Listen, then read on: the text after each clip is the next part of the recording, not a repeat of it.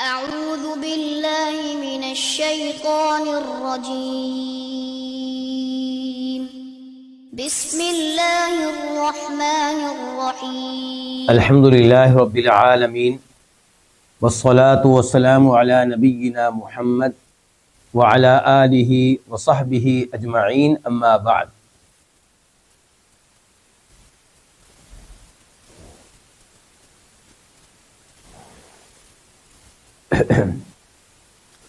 آج ہم اللہ کے فضل و کرم سے، اللہ کی توفیق اور تائید سے درس کا آغاز کریں گے سورہ نساء آیت نمبر 102 سے 102۔ آپ جانتے ہیں کہ گزشتہ روز درس کا اختتام ہوا تھا آیت نمبر 101 پہ 101، اور اس میں تذکرہ ہوا تھا سفر کے دوران نماز قصر کرنے کا۔ نماز ہی کے تعلق سے گفتگو ہوگی اس آیت میں جو آج ہم پڑھنے لگے ہیں، اور اس آیت میں اللہ تعالیٰ تذکرہ کر رہے ہیں ایک خاص نماز کا۔ اس نماز کو کیا کہتے ہیں؟ نماز خوف، صلاۃ الخوف۔ یہ کوئی چھٹی نماز نہیں ہے، بلکہ 5 نمازوں کو حالت خوف میں ادا کرنے کی کیفیت جو ہے عام نماز سے مختلف ہے۔ جیسے گزشتہ آیت میں جو نمازیں تھیں وہ بھی کوئی چھٹی نماز نہیں تھیں۔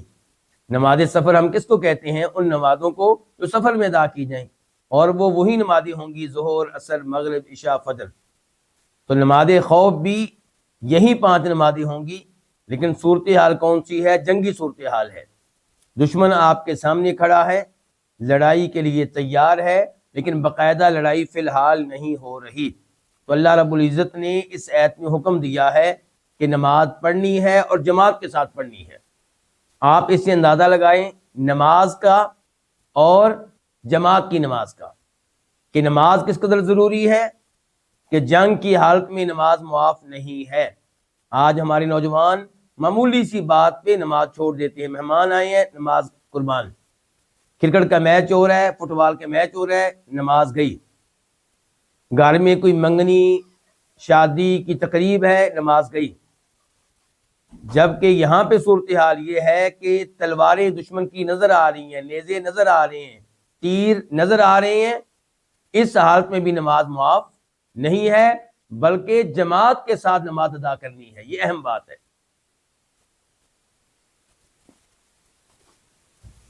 چنانچہ اللہ تعالیٰ فرماتے ہیں وَإِذَا كُنْتَ فِيهِمْ، اور جب آپ ان میں ہوں، یعنی کہ جب آپ ان میں موجود ہوں۔ کن میں؟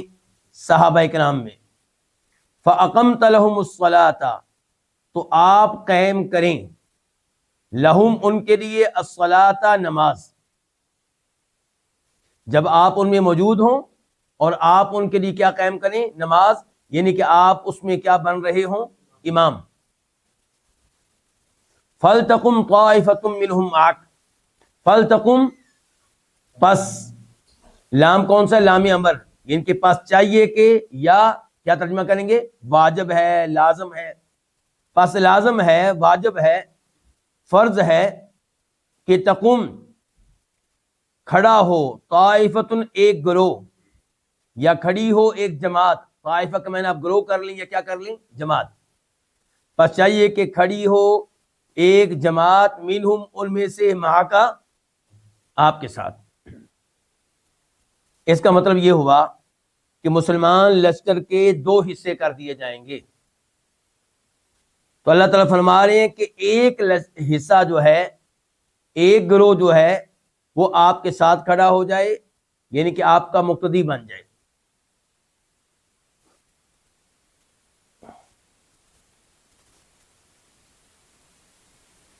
وَلْيَأْخُذُوا، یرحمک اللہ، وَلْيَأْخُذُوا، اور واجب ہے کہ وہ پکڑیں، وہ لیں۔ واجب کس کا معنی کیا ہم نے؟ یہاں پہ بھی لام امر ہے۔ وَلْيَأْخُذُوا، اور واجب ہے کہ وہ لیں، وہ پکڑے، أَسْلِحَتَهُمْ، اپنے ہتھیار، اپنا اسلحہ۔ یہ کون ہے جو اپنا اسلحہ پکڑیں گے؟ کون سی جماعت ہے؟ تو مسلمان۔ ہاں، تو ایک قول یہ ہے کہ اس سے مراد وہ لوگ ہیں جو آپ کے پیچھے صف نہیں بنا رہے، بلکہ دوسرے، لیکن صحیح اور راجح قول یہ ہے کہ اس سے مراد یہی جماعت ہے. کون سی؟ جو نماز پڑھنے کے لیے آپ کے پیچھے کھڑی ہو چکی ہے. ان سے کہا جا رہا ہے کہ اسلحہ چھوڑنا نہیں ہے، نماز میں بھی اسلحہ چھوڑنا نہیں ہے، اسلحہ پہن کے رکھنا ہے آپ نے.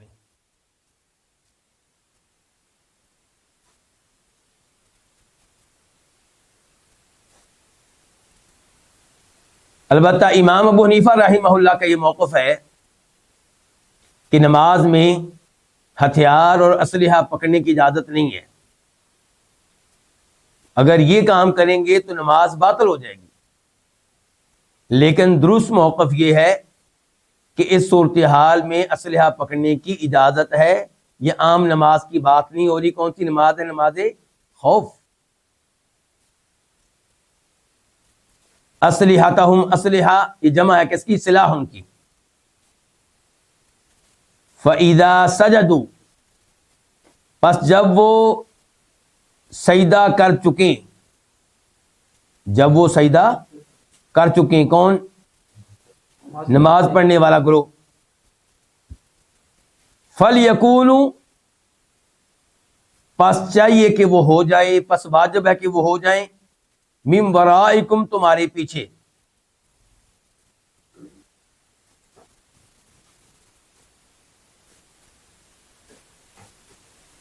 اس کا کیا مطلب ہے؟ اس کا مطلب یہ ہے کہ ان لوگوں نے نماز پڑھ لی ہے، اب یہ چلے جائیں. اب یہ دشمن کے سامنے کھڑے ہوں. مسلمانوں کے دو حصے بنائے جا چکے تھے.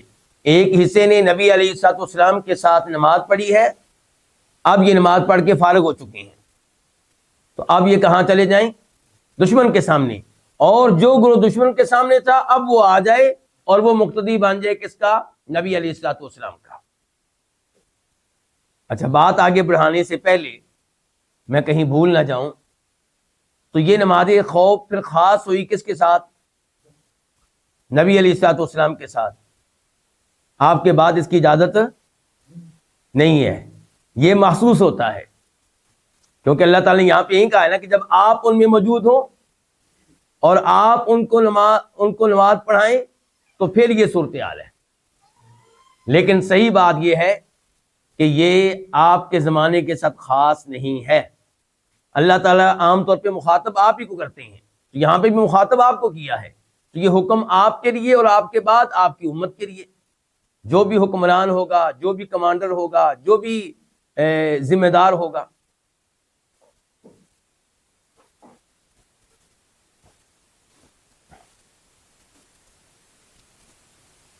وَلْتَأْتِي، اور واجب ہے کہ تأتی آئے. وَلْتَأْتِي، اور واجب ہے کہ آئے. طَائِفَةٌ أُخْرَى، دوسرا گروہ، دوسری جماعت. یہ کون سے لوگ ہیں؟ جنہوں نے ابھی تک نماز نہیں پڑھی، جو پہلے دشمن کے سامنے کھڑے تھے. اور چاہیے کہ آئے دوسرا گروہ لم یصلوا، جنہوں نے نماز نہیں پڑھی. فَلْيُصَلُّوا مَعَكَ، پس واجب ہے، پس چاہیے کہ وہ نماز پڑھے معک، آپ کے ساتھ.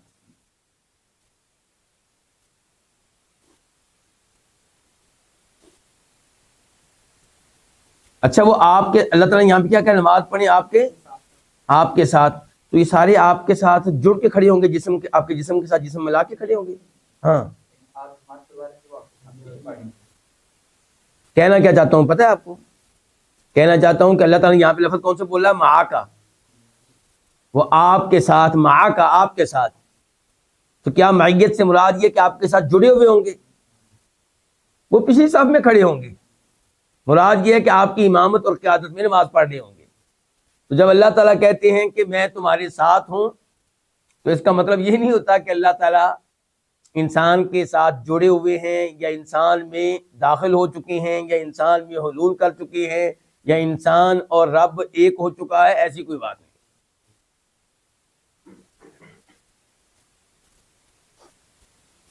فرمایا وَلْيَأْخُذُوا، اور چاہیے کہ وہ پکڑے رکھیں حِذْرَهُمْ، اپنے بچاؤ کا سامان. وَأَسْلِحَتَهُمْ، اور اپنا اسلحہ، یہ چیزیں اپنے ساتھ رکھیں. کون؟ یہ دوسرا گروہ جو اب نماز پڑھ رہا ہے۔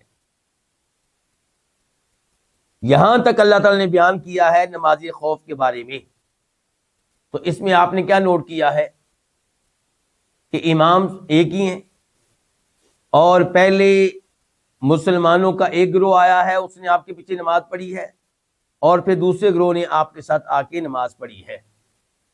اب اس کی تفصیلی کیفیت کیسے ہوئی، تو اس بارے میں کئی احادیث آتی ہیں، 14-15 احادیث ہیں بقول امام ابن العربی رحمہ اللہ کے، لیکن امام ابن القیم رحمہ اللہ فرماتے ہیں کہ نماز کی جو کیفیت بنتی ہے وہ 6 یا 7 صورتیں ہیں، 6-7 صورتیں ہیں، حدیثیں اگرچہ زیادہ ہیں، لیکن جو کیفیت ہے، جو نتیجہ نکلتا ہے نماز کی کیفیت کا، تو کتنی صورتیں ہیں نماز خوف کی؟ 6-7۔ مثال کے طور پہ ایک یہ ہے کہ ایک گروہ امام صاحب کے پیچھے کھڑا ہوا اور امام صاحب نے ان کو 1 رکعت پڑھائی۔ کتنی پڑھائی؟ 1 رکعت پڑھائی۔ اب امام صاحب بیٹھے ہوئے ہیں جیسا کہ بیٹھا جاتا ہے تحیات میں، تشہد میں، اور اس گروہ نے کھڑے ہو کے اپنی 1 اور رکعت پوری کر لی۔ اس گروہ کی کتنی رکعتیں ہو گئی؟ 2۔ پھر انہوں نے پھیرا سلام اور یہ چلے گئے۔ اب دوسرا گروہ آیا، ان کو بھی آپ نے اب کھڑے ہو کے 1 رکعت پڑھائی، پھر آپ بیٹھ گئے کہاں؟ تشہد میں، تحیات میں، امام صاحب بیٹھ گئے، اللہ کے نبی بیٹھ گئے علیہ الصلوۃ والسلام، اور اس گروہ نے کھڑے ہو کے اپنی 1 رکعت اور پوری کی، اور آپ تحیات میں بیٹھے ہوئے ہیں، امام صاحب تحیات میں بیٹھے ہوئے ہیں۔ پھر جب انہوں نے اپنی دوسری رکعت بھی پوری کر لی تو آپ نے سلام پھیر دیا۔ اب تو نبی علیہ الصلوۃ والسلام نے یا آپ کے قائم مقام امام صاحب نے کیا پھیر دیا؟ سلام پھیر دیا۔ اب امام صاحب کی کتنی رکعتیں ہوئیں؟ 2، اور ان کی بھی 2۔ تو ایک کیفیت یہ ہے۔ دوسری کیفیت یہ ہو سکتی ہے کہ ایک گروہ آپ کے ساتھ کھڑا ہوا اور آپ نے ان کو 2 رکعتیں پڑھائیں۔ کتنی رکعتیں پڑھائیں؟ 2 رکعتیں پڑھائیں۔ پھر وہ گروہ چلا گیا، پھر جو گروہ دشمن کے سامنے موجود تھا وہ آیا، آپ نے ان کو بھی 2 رکعتیں پڑھائیں، تو پھر آپ نے سلام پھیر دیا۔ اب امام صاحب کی کتنی ہو گئی ہیں؟ 4 رکعتیں، اور ہر گروہ کی 2 رکعتیں۔ یہ بھی ایک طریقہ ہے۔ تیسرا طریقہ یہ بھی ہو سکتا ہے کہ امام صاحب نے نماز پڑھائی دونوں گروہوں کو ایک ساتھ، نماز شروع کی گئی دونوں گروہوں کے ساتھ ایک ساتھ، ایک صف آگے ایک صف پیچھے ہے، لیکن جب سجدہ کرنے کی باری آئی تو امام صاحب بھی سجدے میں چلے گئے، پہلی صف بھی سجدے میں چلی گئی، لیکن دوسری صف جو ہے وہ کھڑی ہے، تاکہ دشمن کو پتا چلے کہ یہ جاگ رہے ہیں، ہوشیار ہیں، ان کی نگاہ ہمارے اوپر ہے، توجہ ان کی ہماری جانب ہے۔ اس کے بعد امام صاحب اور جو امام صاحب کے پیچھے کیا ہے مقتدی، وہ کیا کریں گے؟ وہ فارغ ہو جائیں گے، کس سے؟ سجدے سے، اور کھڑے ہو جائیں گے۔ تو اب یہ گروہ جو ہے یہ سجدے وغیرہ میں جائے گا، تو سجدہ کر کے اب یہ بھی کھڑا ہو جائے گا، پھر ان کو اسی انداز سے دوسری رکعت پڑھائی جائے گی، لیکن اب کیا ہوگا؟ پچھلی صف آگے ہو جائے گی اور اگلی صف پیچھے ہو جائے گی، تاکہ ہر ایک کو آپ کے اقتداء کا حق ایک جیسا ملے۔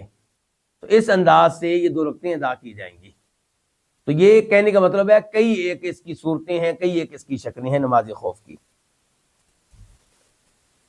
آپ دیکھیے اللہ تعالیٰ فرماتے ہیں وَدَّ الَّذِينَ كَفَرُوا، وَدَّ کا معنی کیا ہوتا ہے؟ چاہتے ہیں، خواہش رکھتے ہیں، چاہتے ہیں، الذین وہ لوگ، کفروا جنہوں نے کفر کیا، لو تغفلون، لو کا معنی کیا یہاں پہ؟ کیا بتایا تھا میں نے؟ نہیں، ودہ کے بعد لو آئے تو کئی دفعہ بتا چکا ہوں آپ لوگوں کو، ان کا معنی کریں، کیونکہ لو مصدریہ ہوتا ہے، ودہ کے بعد جب لو آئے تو کون سا ہوتا ہے؟ مصدریہ۔ تو اب کیا کہیں گے؟ چاہتے ہیں وہ لوگ جنہوں نے کفر کیا، کیا چاہتے ہیں؟ تمہارا غافل ہو جانا، یا آپ اتنا کہہ دیں چاہتے ہیں وہ لوگ جنہوں نے کفر کیا کہ تغفلون تم غافل ہو جاؤ عن اسلحتکم اپنے ہتھیاروں سے، اسلحہ سے، وامتیاتکم اور اپنے ساز و سامان سے، فیمیلون تو وہ حملہ کر دیں، علیکم تمہارے اوپر، میلتن واحدہ یک بارگی سمجھتے ہیں نا، یعنی کہ ایک ہی دفعہ، یعنی کہ وہ تم پہ ٹوٹ پڑے ایک ساتھ، تم پہ حملہ کر دے یک بارگی۔ یہ جو الفاظ ہیں کہ ود الذین کفروا، یہ اللہ تعالیٰ نے گویا کہ وجہ بتائی ہے کہ کیوں آپ لوگوں کو حکم دیا گیا کہ نماز میں بھی ہتھیاروں کو سنبھال کے رکھنا ہے، کیونکہ ادھر سے کفار کی خواہش ہے کہ تم غافل ہو جاؤ اپنے ہتھیاروں سے، اپنے ساز و سامان سے، اور نماز پڑھو تو تمہاری توجہ اپنے ہتھیاروں کی طرف بالکل نہ ہو، اس موقع پہ وہ تمہارے اوپر حملہ کر دیں۔ تو اللہ تعالیٰ نے کافروں کی اس سازش کو ناکام کرتے ہوئے فرمایا کہ نماز پڑھنی ہے اس حال میں کہ ہتھیار تمہارے پاس ہوں۔ ولا جناح اور کوئی گناہ نہیں ہے، علیکم تمہارے اوپر، کس معاملے میں کوئی گناہ نہیں ہے؟ وہ آگے آ رہا ہے کس معاملے میں، اس سے پہلے یہ کہ ان کانا اگر ہو بکم ادم من مطر، اگر تمہیں ادن کسی قسم کی تکلیف ہو، اگر تمہیں کسی قسم کی تکلیف ہو، من مطر بارش کی وجہ سے، او کنتم مرضا یا تم بیمار ہو، مردہ جمع ہے کس کی؟ مریض کی، تمہیں بارش کی وجہ سے کوئی تکلیف ہے یا تم بیمار ہو تو کوئی حرج نہیں ہے، کس بات میں؟ یہ اب آیا، ان تضعوا اسلحتکم، یہ کہ تم اتار کر رکھ دو اسلحتکم، اپنا اسلحہ، یعنی کہ نماز پڑھتے ہوئے اگر تمہیں ہتھیار اٹھانے میں مشکل پیش آ رہی اس لیے کہ تم بیمار ہو، تم میں سے کوئی بیمار ہے یا بارش ہوئی ہے، اس قسم کی کوئی کیفیت ہے، تو پھر تمہیں ہتھیار سائڈ پہ رکھ کر نماز پڑھنے کی اجازت ہے۔ اس کا مطلب یہ ہوا کہ جس کے پاس کوئی ایسا عذر نہیں ہے اس کے لیے ہتھیار نماز میں پکڑنے کا کیا حکم ہے؟ پھر واجب ہوا نا، جب ادھر اللہ تعالیٰ کہہ رہے ہیں کہ اب رخصت ہے تمہیں، یعنی کہ رخصت ہے تمہیں جب تم بیمار ہو، رخصت ہے جب کوئی بارش وغیرہ اس قسم کی مسئلہ ہے کوئی اور تمہیں ہتھیار اٹھانے میں مشکل پیش آ رہی ہے، تب تم ہتھیار رکھ کر نماز پڑھ سکتے ہو۔ تو اس کا مطلب یہ ہوا کہ اگر کوئی ایسی مجبوری نہیں ہے تو ہتھیار پہن کر نماز پڑھنا واجب ہے، دشمن کو پتا چلے کہ آپ بالکل تیار ہیں، اللہ کا حق بھی ادا کر رہے ہیں اور اپنے دشمن سے بھی غافل نہیں ہیں۔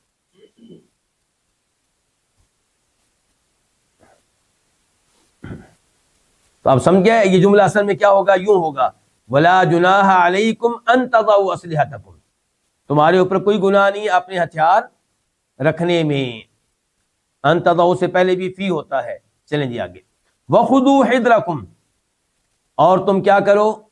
تم پکڑو، تم اختیار کرو، تم پکڑو، حذرکم اپنے بچاؤ کا سامان۔ اس کا کیا مطلب ہے؟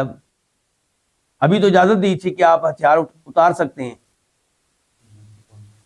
فرمایا یہ ہتھیار جو ہیں دور نہیں رکھ دینے، تمہارے قریب ہوں، تمہاری پہنچ میں ہوں، جو ہی حملہ ہو دشمن کا تو تمہیں ہتھیار پہننے میں پکڑنے میں کوئی مشکل پیش نہ آئے۔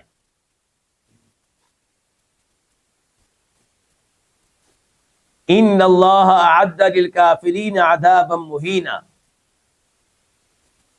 کیا اللہ تعالیٰ کے اس کلام سے آپ لوگوں کو یہ محسوس نہیں ہو رہا کہ کون سا توکل ہے جس کا حکم اللہ تعالیٰ دیتے ہیں؟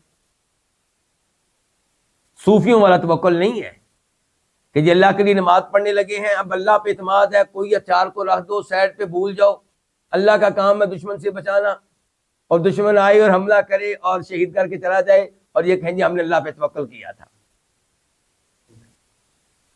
اس ساری گفتگو سے معلوم ہو رہا ہے کہ شریعت جس توکل کا حکم دیتی ہے وہ کیا ہے کہ اسباب اختیار کریں، ساری اپنی محنت کریں، جستجو کریں اسباب وسائل سب کچھ اختیار کرنے کے بعد اب بھروسہ اسباب پہ نہیں ہے، اب بھروسہ کس پہ ہے؟ اسباب کے رب پہ، کہ یہ اسباب ہمارے کام تب آئیں گے جب اللہ چاہے گا، اللہ نہ چاہے تو ہمارے اسباب ہمارے کام نہیں آئیں گے، اور دشمن کے اسباب ناکام ہو جائیں گے جب اللہ ہم پہ راضی ہوا۔ لیکن یہ نہیں کہا اللہ نے کہ تم نے نماز میں ہتھیاروں کے بارے میں سوچنا ہی نہیں ہے، نہیں، اسباب پورے اختیار کرنے ہیں۔ نماز کی وجہ، جنگ کی وجہ سے نماز بھی ہلکی کر دی گئی اور ہتھیار پہننے کا بھی حکم دیا گیا۔ ان اللہ، بے شک اللہ تعالیٰ نے اعدہ تیار کیا ہے، للکافرین کافروں کے لیے کیا تیار کیا ہے؟ عذاب مہینہ، رسوا کر دینے والا عذاب۔ ان کے مہینہ صفت عذاب کی کہ ایسا عذاب تیار کیا ہے جو رسوا کر دینے والا ہے۔ آیت نمبر 103 103۔ مجھے امید ہے کہ ہم سب کو اس آیت سے یہ سبق ملا ہوگا کہ نماز کتنی ضروری ہے۔ ہم معمولی سی بات پہ نماز کو قضا کر دیتے ہیں، قربان کر دیتے ہیں۔ فَإِذَا قَضَيْتُمُ الصَّلَاةَ، پس جب قضیتم، جب تم فارغ ہو جاؤ نماز سے، جب تم پوری کر لو نماز، فارغ ہو جانا بھی صحیح معنی ہے، قضیتم جب تم فارغ ہو جاؤ، جب تم پوری کر لو الصلاۃ نماز۔ ویسے قضا یقضی کا ایک معنی کیا ہوتا ہے؟ فیصلہ کرنا، لیکن یہاں پہ کیا ہے؟ پورا کرنا۔ جیسے سورہ جمعہ میں آتا ہے فَإِذَا قُضِيَتِ الصَّلَاةُ فَانتَشِرُوا فِي الْأَرْضِ، جب نماز جمعہ پوری ہو جائے، اس سے تم فارغ ہو جاؤ تو زمین میں پھیل جاؤ، اللہ کا رزق تلاش کرو۔ تو جب تم نماز پوری کر لو، فَاذْكُرُوا اللَّهَ، تو اللہ تعالیٰ کا ذکر کرو۔ قیاماً، کیسے کرنا اللہ کا ذکر؟ کھڑے ہو کر، یہ حال ہے، وقعوداً، اور بیٹھے ہوئے، وعلی جنوبکم، اور اپنے پہلوؤں پہ، اپنی کروٹوں پہ۔ جنوب جمع ہے کس کی؟ جنبن کی، ٹھیک ہو گیا؟ تو اب اس کا مطلب کیا نکلا؟ یعنی کہ ہر حالت میں، ہر کیفیت میں اللہ کا ذکر کرو۔ اللہ کو یہ اعتراض نہیں ہے کہ تم کھڑے ہو کے کیوں کر رہے ہو، بیٹھ کے کیوں کر رہے ہو، لیٹ کے کیوں کر رہے ہو، لیکن یہ اللہ تعالیٰ چاہتے ہیں کہ ہر وقت اللہ کا ذکر کیا جائے۔ اور قرآن کریم بھی اللہ کا کیا ہے؟ ذکر ہے۔ تو پتہ چلا قرآن کریم لیٹ کر پڑھنا جائز ہے، اس میں کوئی حرج نہیں ہے۔ اور میں نے پہلے بھی حدیث بتائی تھی کہ نبی علیہ الصلوۃ والسلام کے بارے میں سیدہ عائشہ فرماتی ہیں کہ آپ اپنا سر مبارک میری گود میں رکھ لیتے اور میں حیض کی حالت میں ہوتی اور آپ قرآن کی تلاوت کر رہے ہوتے تھے، تو لیٹے ہوتے تھے کہ نہیں؟ اور لیٹے بھی ہوئے ہیں، ٹیک کہاں لگائی ہے؟ ایسی خاتون کی گود میں جو حیض کی حالت میں ہے، ہماری ماں سیدہ عائشہ رضی اللہ تعالی عنہا۔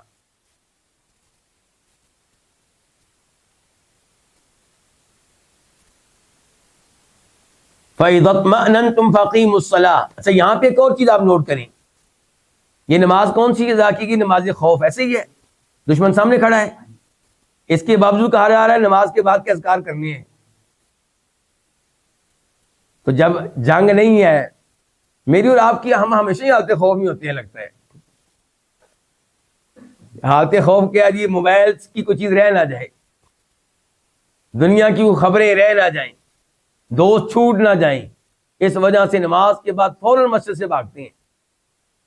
آرام سے اللہ کا ذکر کرنا چاہیے، ہاں کبھی آپ کی مجبوری ہے، کوئی مسئلہ نہیں، یہ فرض نہیں ہے، لیکن افضل کیا ہے کہ بیٹھیں اللہ کا ذکر کریں۔ اللہ تعالیٰ تو جنگ کی حالت میں بھی کہہ رہے ہیں نماز کے بعد تم کیا کرو؟ اللہ کا ذکر کرو۔ تو چونکہ جنگ کی حالت ہے تو اس لیے یہ نہیں کہا بیٹھ کر، یہ کہا کہ جدھر بھی آپ کی ڈیوٹی لگی ہے، جہاں پہ آپ نے پہرا دینا ادھر پہنچ جائیں اپنی ڈیوٹی پہ، اور وہاں کھڑے ہیں، بیٹھے ہیں، لیٹے ہیں، اللہ کا ذکر کریں۔ فَإِذَا اطْمَأْنَنْتُمْ، پس جب تم مطمئن ہو جاؤ، پس جب تم بے خوف ہو جاؤ۔ کیا مطلب ہے اس کا؟ جنگ کے خطرات ختم ہو گئے، جنگ کی صورتحال ختم ہو گئی۔ فَإِذَا اطْمَأْنَنْتُمْ، پس جب تم مطمئن ہو جاؤ، جب تم بے خوف ہو جاؤ، فَأَقِيمُوا الصَّلَاةَ، تو نماز قائم کرو۔ تو پہلے کیا کر رہے تھے؟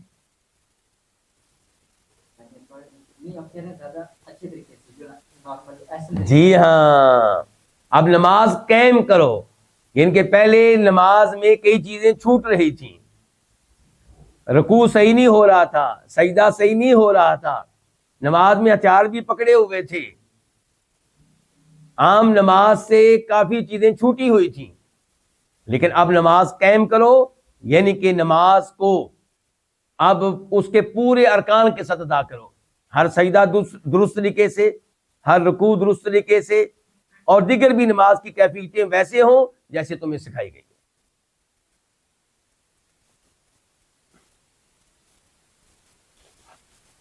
اور ظاہر ہے کہ اب نماز 2 رکعتیں بھی نہیں ہوگی، کیا ہوگی؟ پوری ہوگی۔ ان الصلاۃ کانت علی المؤمنین کتابا موقوتا، بے شک نماز کانت ہے، کیا ہے؟ کدھر ہے؟ کس کا لفظ کا منع کر رہے ہیں آپ؟ کتابن کا، یہ صحیح ہے، بالکل صحیح ہے، یعنی کہ آپ کتاب موقوتا کا ترجمہ پہلے کریں گے، علی المؤمنین کا بعد میں سمجھنے سمجھانے کے لحاظ سے۔ ویسے تو ہم نے وہی ترتیب رکھنی ہے جو اللہ تعالیٰ نے رکھی ہے، لیکن عام طور پہ کیا ہوتا ہے، دیکھیں یہ کانت ہے نا، کانت، تو کانت کی جو خبر ہے وہ ہے کتاب موقوتا، اور علی المؤمنین یہ متعلق ہے کس کے؟ کتابن کے۔ تو بے شک نماز کانت کتابن، نماز فرض کی ہوئی ہے، کتابن لکھی ہوئی، فرض کی ہوئی، نماز فرض کی ہوئی ہے، موقوتا جس کا وقت مقرر کیا ہوا ہے۔ اچھا، فرض کی ہوئی ہے کن کے اوپر؟ علی المؤمنین، مومنوں پہ۔ تو یہاں پہ اللہ نے کیا خبردار کیا کہ نماز فرض ہے، اور صرف فرض نہیں ہے بلکہ یہ بھی فرض ہے کہ اس کو اس کے وقت میں ادا کریں، قضا کرنے کی اجازت نہیں ہے۔ فجر کی نماز پڑھی جا رہی ہے کب؟ اسکول کالج کے ٹائم، جب اسکول کالج کے لیے اٹھے ہیں تب فجر کی نماز ادا کی جا رہی ہے، جب آفس میں جانے کے لیے اٹھے ہیں تب فجر کی نماز ادا کی جا رہی ہے۔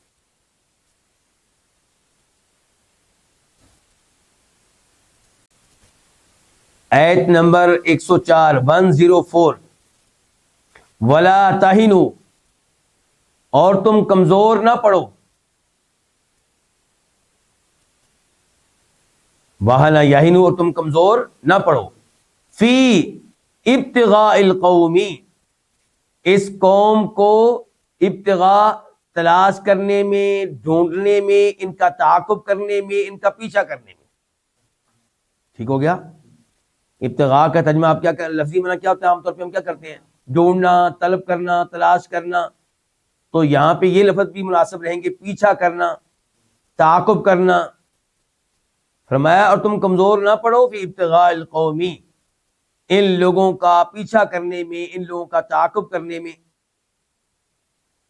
ان تکونوا تعلمون، اگر تم تکلیف اٹھاتے ہو، اگر تم دکھ اٹھاتے ہو، یہ تعلمون وہی ہے، آپ کئی دفعہ پڑھتے ہیں نا عذابا علیما، علیم کا ترجمہ کیا کرتے ہیں ہم؟ دردناک، اسی سے ہے یہ، اسی سے ہی ہے یہ علم، اسی سے ہے نا علم، جی ہاں۔ اگر تم تعلمون، دکھ اٹھاتے ہو، تکلیف اٹھاتے ہو، فإنہم یعلمون، تو بے شک وہ بھی تکلیف اٹھاتے ہیں، کون؟ تمہارے دشمن، کما تعلمون، جیسے تم تکلیف اٹھاتے ہو، اگر تمہیں زخم لگے ہیں تو ان کو بھی لگے ہیں۔ ان یمسسکم قرح فقد مس القوم قرح مثلہ، اللہ تعالیٰ نے فرمایا احد کی لڑائی میں اگر تمہیں زخم لگے ہیں تو تمہارے دشمن کو بھی زخم لگے ہیں۔ لیکن فرق کیا ہے؟ فرق آگے دیکھیں، وَتَرْجُونَ مِنَ اللَّهِ مَا لَا يَرْجُونَ، اور تم امید رکھتے ہو اللہ سے اس چیز کی جس کی وہ امید نہیں رکھتے۔ تمہیں تو پتا ہے کہ ہمیں جو زخم لگا ہے اس کی وجہ سے گناہ جڑے ہیں، درجات بلند ہوئے ہیں، رب راضی ہوا ہے، اجر و ثواب ملے گا، شہادت پائیں گے، جنت انتظار کر رہی ہے، پورے انتظار کر رہی ہیں، ادھر فوت ہونا ہے، ادھر اللہ تعالیٰ کہیں کہ میرا مہمان آیا ہے۔ تو یہ بہت بڑا فرق ہے تم میں اور ان میں۔ ان کو ایسی کوئی امید نہیں ہے، کیوں؟ کیونکہ وہ کافر ہیں، بلکہ ان میں سے اکثر تو آخرت پہ ویسے ایمان نہیں رکھتے، جنت پہ ایمان کیا رکھیں گے؟ وترجون اسی سے ہوتا ہے نا، لفظ اردو میں استعمال کرتے ہیں رجا، امید، ٹھیک ہے، یہ وہی لفظ ہے، وترجون اور تم امید رکھتے ہو من اللہ اللہ تعالیٰ سے ما اس چیز کی جس کی وہ امید نہیں رکھتے. وَكَانَ اللَّهُ عَلِيمًا حَكِيمًا اور اللہ تعالیٰ کامل علم والا ہے، کمال حکمت والا ہے. اللہ تعالیٰ کو معلوم ہے تمہارے بارے میں، تمہارے ایمان کے بارے میں، تمہاری نیت کے بارے میں، تم کیوں لڑ رہے ہو، کیوں زخم برداشت کر رہے ہو، اور اللہ تعالیٰ ان کو بھی جانتے ہیں. اور یہ جو تمہیں آزمائشوں کا سامنا کرنا پڑتا ہے، دکھوں کا سامنا کرنا پڑتا ہے، اس کے پیچھے کئی حکمتیں ہیں، ورنہ اللہ تعالیٰ اس کے بغیر تمہیں فتح دے سکتے ہیں. آیت نمبر 105 105 آیت نمبر 105 سے لے کے آیت نمبر 113 تک، 105 سے لے کے 113 تک یہ جو آیات ہیں ان میں اشارہ ہے، تذکرہ ہے ایک واقعے کی طرف. اس واقعے کو کئی ائمہ حدیث نے روایت کیا ہے، ان میں سے ایک ہے امام ترمذی رحمہ اللہ، اور ان کی روایت کو شیخ البانی رحمہ اللہ نے حسن درجے کی روایت قرار دیا ہے. مدینہ منورہ میں ایک صحابی رہتے تھے رفاعہ بن زید.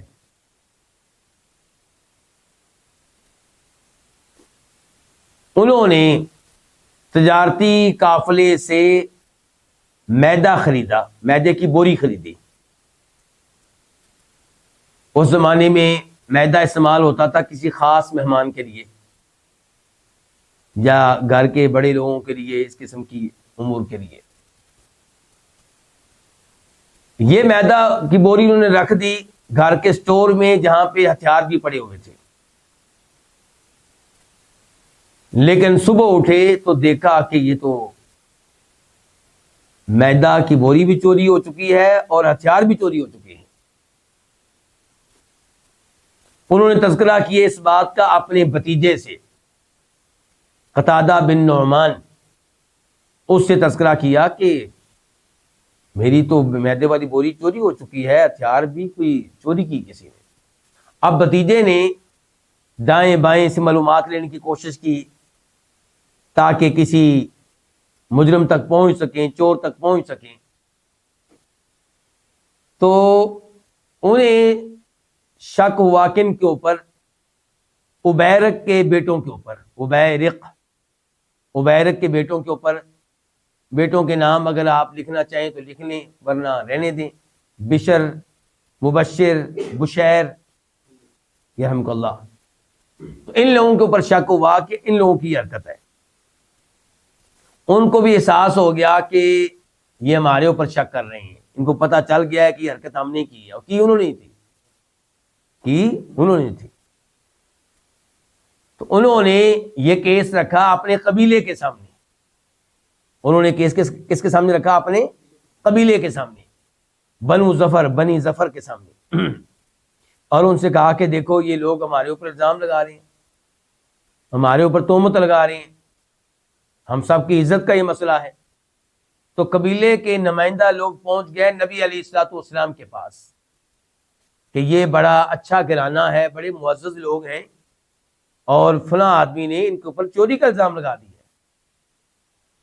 جبکہ چوری انہوں نے نہیں کی، چوری کسی اور نے کی ہے. انہوں نے کسی اور کا نام بھی ذکر کیا، اس کا نام بتایا گیا لبید بن سہل. اب قتادہ بن نعمان جب نبی علیہ الصلوۃ والسلام کے پاس یہ کیس لے کر آئے تو آپ ان کے اوپر ناراض ہو گئے. کن کے اوپر؟ قتادہ وغیرہ کے اوپر، کہ تم لوگ خواہ مخواہ اس شریف فیملی کو بدنام کر رہے ہو، خواہ مخواہ ان کے اوپر تہمت لگا رہے ہو. تو اس واقعے کی طرف اشارہ ہے ان آیات میں. تو اللہ رب العزت نے پھر یہ آیات نازل کی جس سے پتہ چلا کہ جس کے اوپر تہمت لگی تھی وہ مجرم نہیں تھا، مجرم وہ تھے جن کے اوپر اعتماد کیا نبی علیہ الصلوۃ والسلام نے، اور جن کا آپ نے دفاع کیا. اور آپ نے دفاع کیوں کیا؟ کیونکہ آپ عالم الغیب نہیں تھے.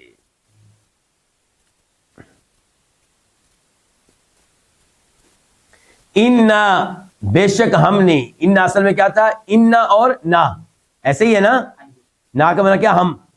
بے شک ہم نے، انزلنا ہم نے، ادھر بھی ہم آ گیا. انزلنا کا معنی بھی ہم نے اتارا. اب کیا ہوگا؟ ہم ہی نے اتارا ہے الیکا آپ کی طرف الکتابہ اس کتاب کو. ال کون سا ہوگا؟ عہد کا. اس کتاب کو مراد قرآن کریم کو. بالحق کی حق کے ساتھ. اس کا کیا مطلب ہے حق کے ساتھ؟ اس کے دو مطلب ہیں، پہلے بھی کئی دفعہ بتائیں آپ لوگوں کو کہ ہم نے آپ کی طرف اس کتاب کو اتارا حق کے ساتھ. اس کے دو مطلب ہیں. ایک یہ ہے کہ اس میں جو کچھ ہے وہ حق ہے، جو اس میں معلومات ہیں، جو اس میں اخبار ہیں، جو اس میں احکام ہیں، سب کے سب کیا ہے؟ حق ہے. کوئی باطل چیز نہیں ہے اس میں. دوسرے نمبر پہ اس کا اللہ کی طرف سے نازل ہونا بھی ایک حق ہے، سچ ہے، درست ہے. یہ انسان کا کلام نہیں، واقعی اللہ کا کلام ہے. ٹھیک ہو گیا؟ بے شک ہم ہی نے اتاری ہے آپ کی طرف یہ کتاب حق کے ساتھ. لتحکما تاکہ آپ فیصلہ کریں. بین الناس کن کے درمیان؟ لوگوں کے درمیان. بما اراک اللہ اس چیز کے ساتھ جو ارا دکھائی ہے. ارا کا معنی کیا کر لیں؟ دکھائی ہے، یا کر لیں سکھائی ہے. ارا دکھائی ہے، سکھائی ہے کا آپ کو اللہ کس نے؟ اللہ تعالیٰ نے. جن کے ہم نے قرآن آپ کو دے دیا ہے، اس کے مطابق آپ فیصلے کریں اور اس میں آپ اجتہاد بھی کریں گے. ظاہر ہے. ولا تکن اور آپ نہ ہو. ولا تکن اور آپ نہ ہو. لا کون سا ہے؟ نہیں کا. آپ نہ ہو. آپ کیا نہ ہو؟ خصیمن. آپ کیا نہ ہو؟ خصیمن جھگڑا کرنے والے، دفاع کرنے والے. کن کا؟ للخائنین خیانت کرنے والوں کا. آپ نہ ہو خیانت کرنے والوں کی خاطر، خیانت کرنے والوں کے لیے. خصیمن جھگڑا کرنے والے، بحث و مباحثہ کرنے والے، دفاع کرنے والے. خائنین جمع ہے کس کی؟ خائنن کی، خیانت کرنے والا. واضح یہاں تک علماء کرام؟ تو یہاں خائنین سے مراد پھر کون ہوں گے؟ جنہوں نے چوری کی تھی، جنہوں نے چوری کی تھی. واستغفر اللہ اور آپ اللہ سے مغفرت طلب کریں. کیوں جی؟ آپ کیوں اللہ سے مغفرت طلب کریں؟ کیونکہ آپ نے قتادہ بن نعمان کو ڈانٹا تھا، اور آپ نے قتادہ بن نعمان کے سامنے ان کی صفائی پیش کی تھی جو چور تھے، کیونکہ آپ کے علم میں یہ بات نہیں تھی. اگر آپ کے علم میں یہ بات ہوتی آپ کبھی بھی ایسا نہ کرتے. تو اللہ نے کہا واستغفر اللہ، آپ اللہ سے مغفرت طلب کریں. سین کا معنی کیا ہوتا ہے؟ طلب کرنا، مانگنا. آپ اللہ سے مغفرت مانگیں، اللہ سے مغفرت طلب کریں. ان اللہ کان غفور الرحیم، بے شک اللہ تعالیٰ بہت بخشنے والا ہے، نہایت رحم کرنے والا ہے.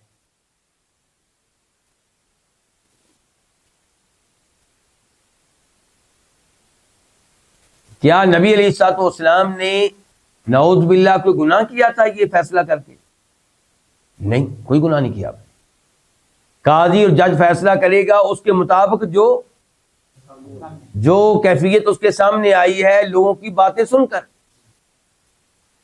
لیکن چونکہ آپ ایک عظیم انسان ہیں، تمام انسانوں میں سب سے افضل، سب سے اعلیٰ، سب سے مقدس، سب سے محترم ہیں، اس لیے آپ سے کہا گیا کہ آپ استغفار کریں. ورنہ یہ نہیں ہے کہ باقاعدہ کوئی گناہ ہوا ہے، ایسی بات نہیں ہے. کیونکہ کوئی بھی قاضی ہوگا وہ اسی طرح ہی فیصلہ کرے گا. اور یہاں پہ پھر وہ حدیث بھی آپ کے سامنے رکھنا مناسب ہوگا جس میں فرماتے ہیں نبی کریم صلی اللہ علیہ وسلم، بخاری شریف کی حدیث ہے کہ تم لوگ میرے پاس اپنا جھگڑا لے کر آتے ہو، اپنا معاملہ لے کر آتے ہو، میں تم لوگوں کی گفتگو سنتا ہوں. تم میں سے ایک، آنے والے دو ہوتے ہیں نا، دو آدمی یا دو گروہ، دو ٹیمیں. فرمایا تم میں سے ایک ہو سکتا ہے گفتگو کرنے میں ماہر ہو، گفتگو کرنے کے لحاظ سے تیز ترار ہو، اور میں اس کی باتوں سے متاثر ہو کر اس کے حق میں فیصلہ کر دوں. تو جو چیز فیصلے میں اس کو دوں اور اس کی ہے نہیں، زمین، کوئی مال، اس کی باتوں سے متاثر ہو کے یہ سمجھوں کہ اس کا ہے، اس کا نہیں ہے، تو میں اس کو دے دوں. فرمایا وہ مال اس کے لیے حلال نہیں ہے، وہ جہنم کی آگ کا ٹکڑا ہے، چاہے تو رکھ لے اور چاہے تو واپس کر دے، چھوڑ دے، اس سے دور ہو جائے۔ تو قاضی اور جج فیصلہ کرے گا ظاہر کے مطابق، لیکن ظاہری طور پہ شریعت کے احکام کی پابندی کرے۔ دو گواہ کیسے ہیں پورا جائزہ لے، کیا ان کا اپنا کریکٹر ٹھیک ہے، عادل قسم کے گواہ ہیں کہ نہیں، یہ سب کچھ دیکھے۔ واستغفر اللہ، آپ اللہ سے مغفرت طلب کریں، ان اللہ کان غفور رحیما، بے شک اللہ تعالیٰ بہت بخشنے والا، نہایت رحم کرنے والا ہے۔ آیت نمبر 107 107 ولا تجادل، اور آپ جھگڑا نہ کریں، آپ دفاع نہ کریں، آپ بحث و مباحثہ نہ کریں، عن الذین، ان لوگوں کی طرف سے، جن کو ان لوگوں کے دفاع میں، مراد ان لوگوں کے دفاع میں، اور آپ جھگڑا نہ کریں ان لوگوں کی طرف سے، الذین، جو یختانون، خیانت کرتے ہیں، انفسہم، اپنے آپ سے۔ اس سے مراد کون ہے؟ چوری کرنے والے۔ اچھا، تو وہ خیانت کرنے والے کیسے ہوئے اپنے آپ سے؟ کیونکہ جب بھی انسان کوئی گناہ کرتا ہے تو اپنے آپ سے خیانت کرتا ہے، کیونکہ سزا اپنے اس کے نفس کو بھگتنا پڑے گی۔ ان اللہ، بے شک اللہ تعالیٰ، لا یحب، محبت نہیں کرتا، کس سے؟ من کان، جو ہو، خوانا، بہت خیانت کرنے والا، اثیما، بہت گنہگار۔ خوان اس کا معنی بھی بہت خیانت کرنے والا، فعال کا وزن ہے، اور اثیما فعیل کا وزن ہے، اس کا معنی بھی بہت گناہ کرنے والا، سخت گنہگار۔ تو اللہ تعالیٰ خیانت کرنے والوں سے اور گناہوں کا مسلسل ارتکاب کرنے والوں سے اللہ تعالیٰ محبت نہیں کرتا۔ تو اس کا مطلب یہ ہے کہ اللہ تعالیٰ کی صفات میں سے ایک صفت کیا ہے؟ محبت کرنا۔ ان سے محبت اللہ نہیں کرتا، دوسروں سے اللہ کرتا ہے، تو ان کی سزا یہ ہے کہ اللہ ان سے محبت نہیں کرتا۔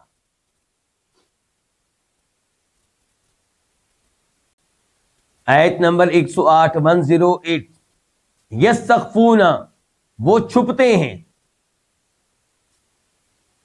من الناس، لوگوں سے،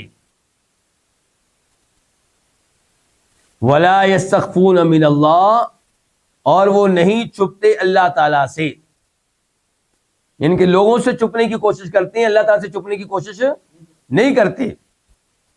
وہوا، وہ حالیہ ہے، جب کہ ہوا وہ کون؟ معاہم، ان کے ساتھ ہوتا ہے، اللہ ان کے ساتھ ہے۔ تو کیسے ساتھ ہے؟ علم کے لحاظ سے، قدرت کے لحاظ سے، دیکھنے کے لحاظ سے، سننے کے لحاظ سے۔ وہ معاہم، اور وہ ان کے ساتھ ہے، ان کے ساتھ تھا، اذ، جب، کب ان کے ساتھ تھا؟ اذ، جب، یبیتون، وہ رات کو مشورہ کر رہے تھے،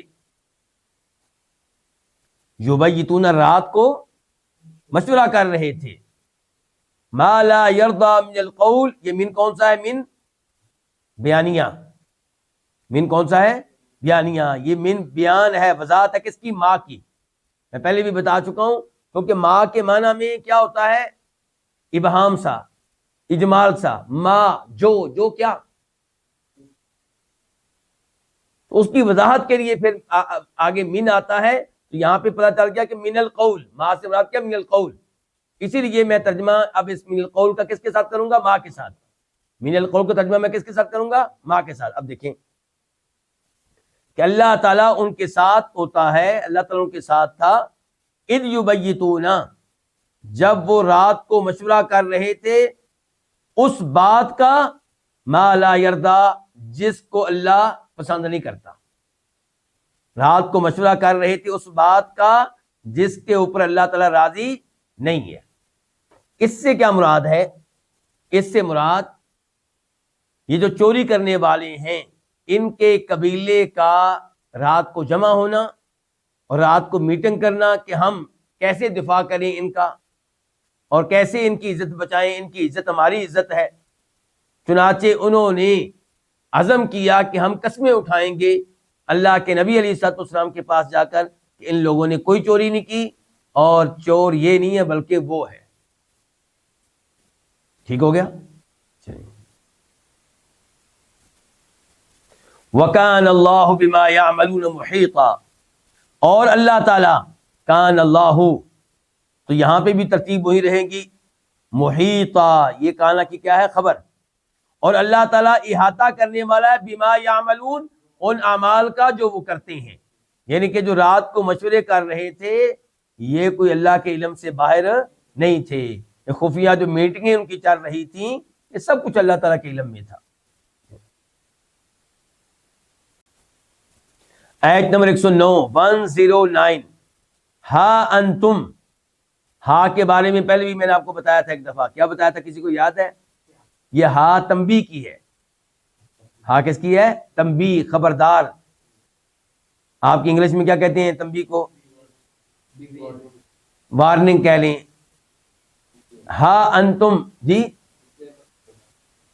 ہا انتم ہا اولائی، میں کسی آسان لفظ کی تلاش میں تھا، مشکل کی طرف چلے گئے۔ چلیں ہا انتم، تو اب ہم کیا کہیں گے؟ ہا، اس ہا کے کا ترجمہ کرتے اردو میں مثال کے طور پہ ہم کہیں گے خبردار، اٹینشن۔ میں آسان لفظ لے کر آیا ہوں، ٹھیک ہے جی، آپ کتنے مشکل لفظ بول رہے تھے انگلش کے۔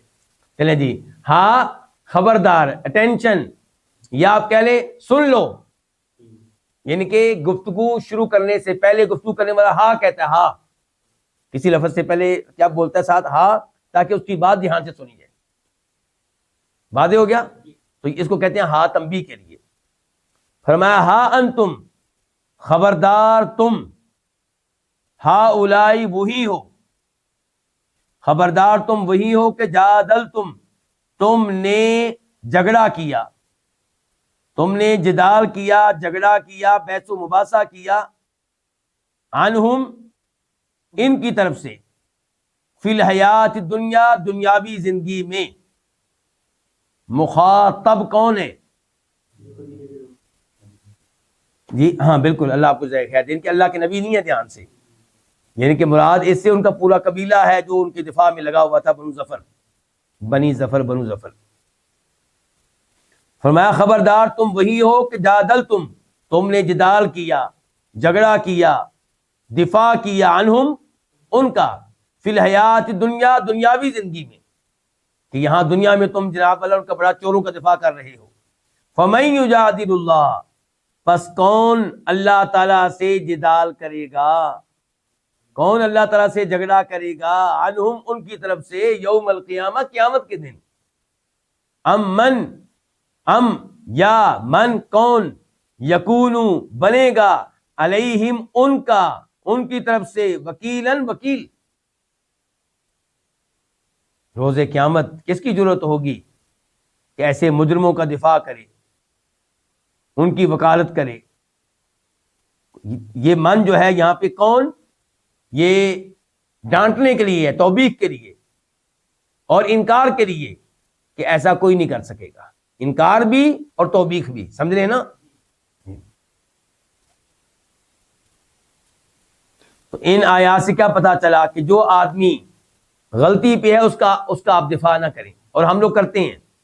اپنے والد کا دفاع ہم نے ہر موقع پہ کرنا ہوتا ہے، اپنے بھائیوں کا دفاع ہم نے آنکھیں بند کے کرنا ہوتا ہے، اپنی والدہ کا دفاع بیوی کے سامنے آنکھیں بند کر کے کرنا ہوتا ہے، بیوی کا دفاع آنکھیں بند کر کے کرنا ہوتا ہے، اولاد کا دفاع آنکھیں بند کر کے کرنا ہوتا ہے۔ نہیں بھائی، اگر آپ کا ان میں سے کوئی اگر شرک کر رہا ہے تو آپ دفاع نہیں کریں گے، بدعت کا ارتکاب کر رہا ہے تو آپ کہیں گے میرے ابا جی میرے والد محترم قابل احترام ہے، لیکن یہ والی چیز جو ہے نا یہ حدیث سے ثابت نہیں۔ الفاظ آپ نرم چناؤ کریں، میں یہ نہیں کہتا الفاظ آپ سخت استعمال کریں والد صاحب کے لیے، لیکن جہاں پہ گفتگو ہو رہی ہے اس موضوع پہ، وہاں پہ آپ کہیں گے کہ والد صاحب کا موقف جو ہے یہاں پہ قرآن و حدیث کے مطابق نہیں ہے۔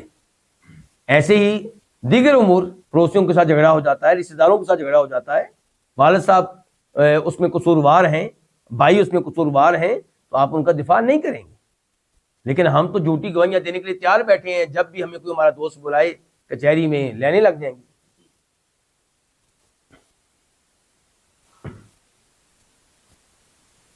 ایسے ہی وہ خطیب حضرات جو شرک و بدعات پھیلاتے ہیں، ان کا دفاع کرنے کے لیے بھی لوگوں کی لینے لگ جاتی ہیں۔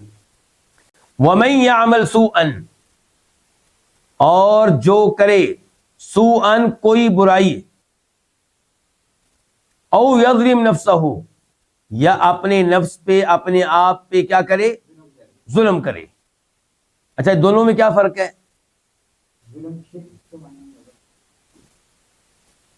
نہیں لیکن یہ نا کہ کوئی برائی کرے یا اپنے اوپر ظلم کرے، اللہ آپ کو ذائقہ خیر دے، یہ کہیں لکھا تو نہیں ہوا یہاں پہ؟ پھر ٹھیک ہے، پھر اللہ آپ کو ذائقہ خیر دے، پھر آپ کا جواب بہت زبردست ہے۔ علماء تفسیر نے کہا ہے کہ من یعمل سوء سے مراد ہوگا وہ گناہ جس سے آپ کو تو نقصان پہنچ رہا ہے، دوسروں کو نقصان پہنچ رہا ہے۔ مثال کے طور پہ جھوٹی گواہی دیں گے جب، تو جس کے خلاف دیں گے اس کو نقصان پہنچے گا۔ اور یظلم نفسہ وہ گناہ جس کا نقصان کسی اور کو نہیں ہے لیکن آپ کو ہے، مثال کے طور پہ نماز نہ پڑھنا، مثال کے طور پہ شراب پینا، اور ہماری اس مثال میں جو گفتگو ہو رہی ہے تہمت لگانا، یعنی کہ آپ نے چوری خود کی اور تہمت لگا دی اوروں پہ، تو نقصان ان کو پہنچایا کہ نہیں پہنچایا؟ جی ہاں۔ تو فرمایا وَمَن یعمل سوءًا، اور جو کوئی برائی کرے، اور جو کوئی کرے سوءً کوئی برائی، او یظلم نفسہ یا اپنے آپ پہ ظلم کرے، ثم یستغفر اللہ پھر اللہ تعالی سے مغفرت طلب کرے، یجد اللہ وہ اللہ تعالیٰ کو پائے گا، کیا پائے گا؟ غفوراً بہت بخشنے والا، رحیماً نہایت رحم کرنے والا، نہایت مہربان۔ اچھا استغفار کرے گا تو اللہ کو غفور رحیم پائے گا، لیکن استغفار سے مراد کون سا استغفار ہے؟ حقیقی استغفار۔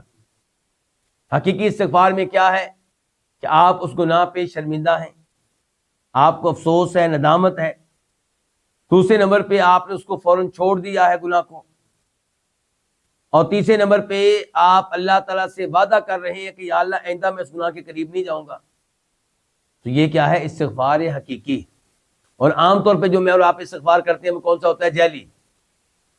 ہاں استغفر اللہ کہہ رہے ہیں اور پتہ بھی نہیں میں کیا کہہ رہا ہوں، یہ پتہ ہی نہیں کہ میں اللہ سے گناہوں کی معافی مانگ رہا ہوں، اور ساتھ استغفر اللہ بھی کہہ رہے ہیں، ساتھ گناہ کر بھی رہے ہیں۔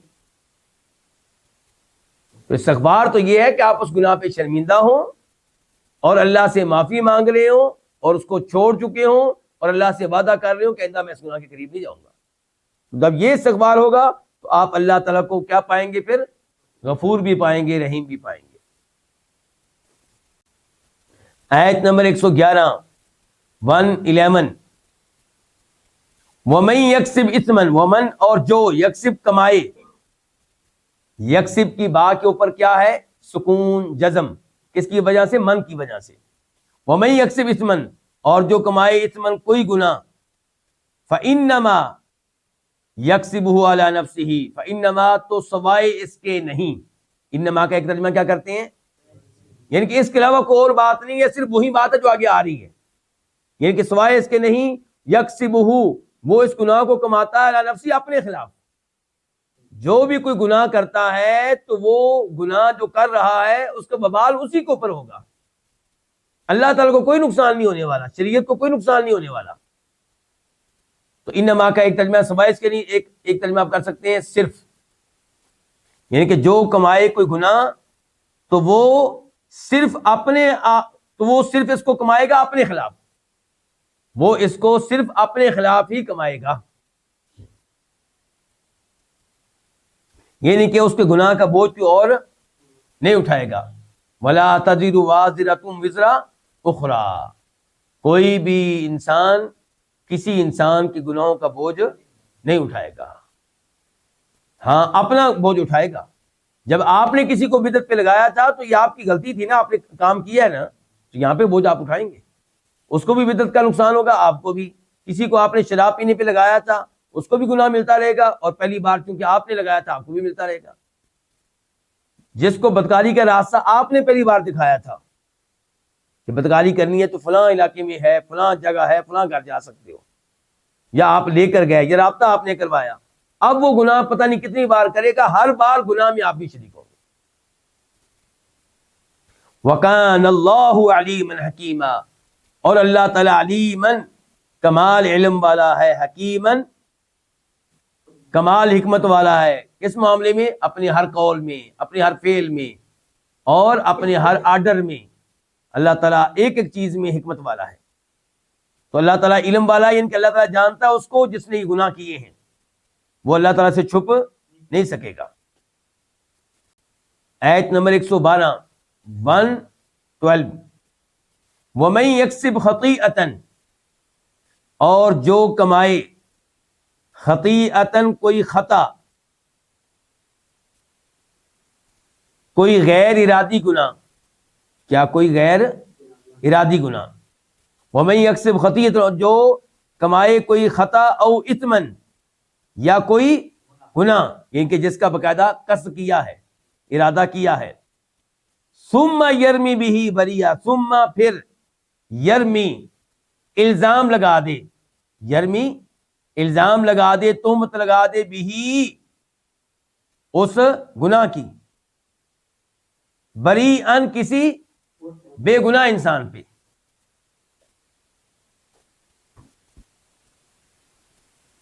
فقط تو تحقیق احتملا اس نے بوجھ اٹھا لیا، بہتانن بڑے بہتان کا، و اثم مبینہ اور واضح گناہ کا، صریح گناہ کا۔ غلطی آپ سے ہوئی ہے، اب آپ سے جو غلطی ہوئی ہے اس کی دو قسمیں ہو سکتی ہیں، ایک یہ ہے کہ آپ نے قصدن کی ہے، اور ایک یہ ہے کہ آپ سے بغیر ارادے کو ہو گئی ہے، لیکن ہوئی تو آپ سے ہی ہے نا، تہمت آپ نے کسی اور کے اوپر لگا دی ہے۔ جو ایسی حرکت کرے گا وہ بہت بڑے بہتان کا بوجھ اپنے ذمہ لے رہا ہے، وہ اپنے اوپر بہت بڑا بوجھ ڈال رہا ہے، بہت بڑے گناہ کا بوجھ ڈال رہا ہے اپنے اوپر، کیونکہ یہ بوجھ اتارنا آسان نہیں ہے، اس کی سزا بھگتنا آسان نہیں ہوگا، تو کسی کے اوپر بھی تہمت لگانے سے بچنا چاہیے۔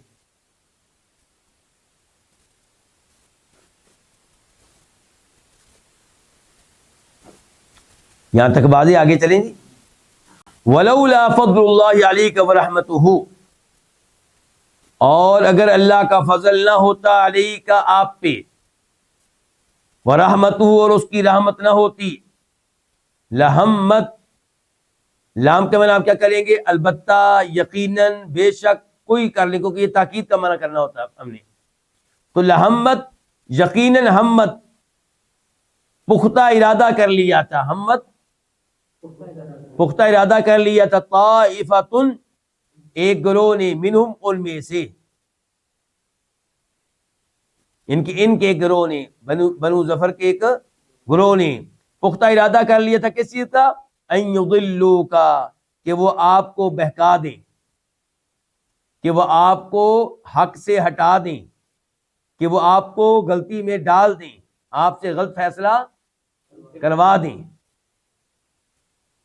لیکن آپ اس سے بچ گئے۔ کیوں بچ گئے؟ کیونکہ اللہ کا فضل تھا آپ کے اوپر۔ اللہ کا فضل کیا ہوا کہ اللہ نے آپ کو خبردار کر دیا، وہی نازل ہو گئی۔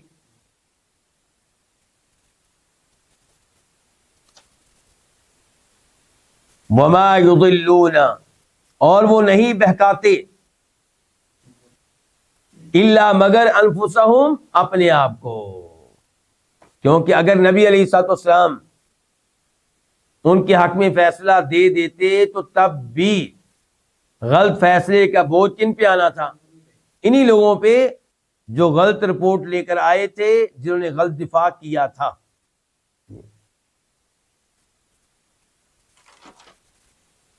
وما یضرونک، اور وہ آپ کو ضرر نہیں پہنچا سکتے، وہ آپ کو نقصان نہیں دے سکتے، من شیئن کچھ بھی، من کون سا ہے؟ زائدہ، توکید کے لیے، وہ آپ کو کسی قسم کا کوئی نقصان نہیں دے سکتے۔ کیوں؟ کیونکہ اللہ تعالیٰ نے کہا ہوا ہے واللہ یعصمک من الناس، لوگوں کے شر سے اللہ تعالیٰ آپ کو محفوظ رکھے گا۔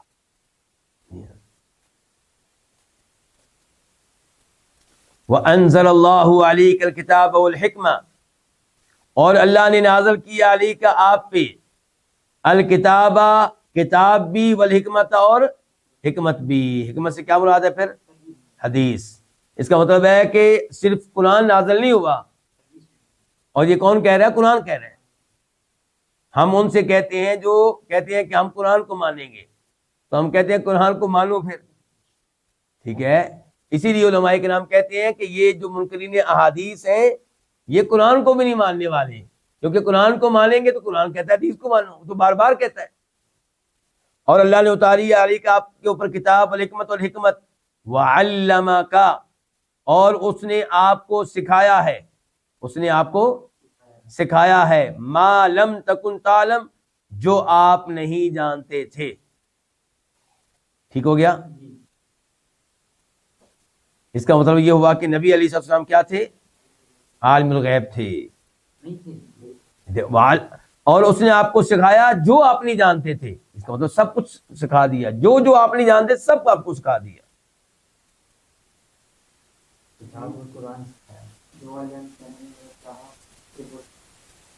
اچھا، اس کے دو مطلب ہو سکتے ہیں جملے کے۔ ایک درست مطلب وہ کیا کہ جو بھی علم آپ کے پاس ہے نا، جو بھی، وہ اللہ کا سکھایا ہوا ہے۔ اور دوسرا غلط مطلب یہ ہے کہ جتنی بھی چیزیں آپ کو معلوم نہیں کہ سب ہم نے آپ کو بتا دی، اب کوئی بھی چیز آپ سے مخفی نہیں رہی، گویا کہ ہر علم آپ کے پاس آ گیا۔ ٹھیک ہو گیا؟ اور یہ دوسرا ترجمہ بہت پسند ہے ان لوگوں کو جو قبر پرست ہیں، جو نبی علیہ السلام کی شان بیان کرنے میں غلو سے کام لیتے ہیں، جبکہ اللہ کے نبی نے خود کہا تھا میری شان بیان کرتے ہوئے غلو نہ کرنا، مجھے میری حد سے آگے نہ بڑھانا۔ یہ بخاری شریف کی حدیث ہے، خود آپ نے کہا تھا لا تطرونی کما اطرت النصارى ابن مریم انما انا عبد فقولوا عبد اللہ ورسولہ۔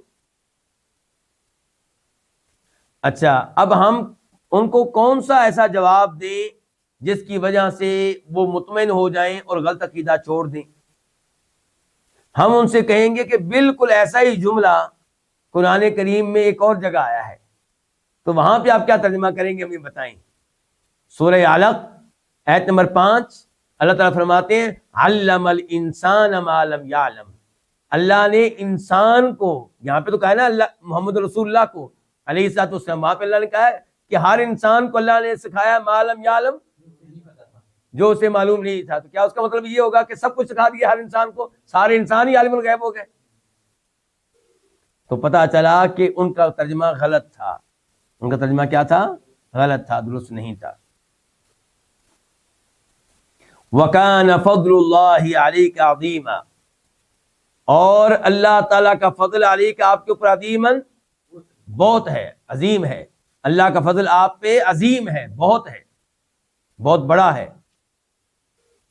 اور ان آیات سے بھی پتہ چل رہا ہوگا آپ کو کہ اللہ کا فضل انسان کے اوپر رزق دینا ہے، لیکن اللہ کا عظیم فضل کیا ہے؟ علم دینا، علم کا مل جانا، یہ اللہ تعالیٰ کا کیا فضل عظیم ہے۔ اس لیے فرمایا گیا خیرکم من تعلم القرآن وعلمہ، تم میں سے سب سے افضل وہ ہے جو قرآن سیکھتا اور سکھاتا ہے۔ اور من یرد اللہ بہ خیرا یفقہہ فی الدین۔ چلیں جی، آیت نمبر 114، اب وہ موضوع ختم ہوا اور اب ہم پڑھنے لگے آیت نمبر 114 114۔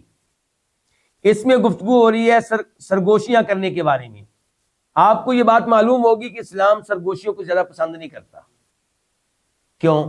کیونکہ سرگوشیوں میں عام طور پہ خیر نہیں ہوتی۔ سرگوشی آپ تبھی کرتے ہیں جب آپ کو غلط گفتگو کر رہے ہوتے ہیں، اسی موقع پہ آپ لوگوں سے چھپاتے ہیں۔ ہاں کبھی کبھی ہوتا ہے کہ سرگوشی خیر کے کام کی ہوتی ہے، کبھی کبھی ایسا ہوتا ہے، لیکن عام طور پہ سرگوشیوں میں خیر نہیں ہوتی۔ کسی کے خلاف کوئی سازش، کسی کی کوئی غیبت، کسی کے اوپر کوئی تنقید، کسی کے اوپر کوئی تبصرہ آپ کر رہے ہوتے ہیں باقی لوگوں سے چھپا کے۔ مقرر تقریر کر رہا ہے اور آپ اس کے اوپر تبصرے کر رہے ہیں، اب تبصرے کیسے کریں گے آپ؟ مطلب سرگوشی کے انداز میں کریں گے نا، سرگوشی کے انداز میں کریں گے۔ تو فرمایا ایسی سرگوشیوں میں کوئی خیر نہیں ہے۔ دیکھیں لا خیر فی کثیر من نجواہم، لا خیر کوئی خیر نہیں ہے ان کی بہت سی سرگوشیوں میں، ان لوگوں کی بہت سی سرگوشیوں میں کوئی خیر نہیں ہے۔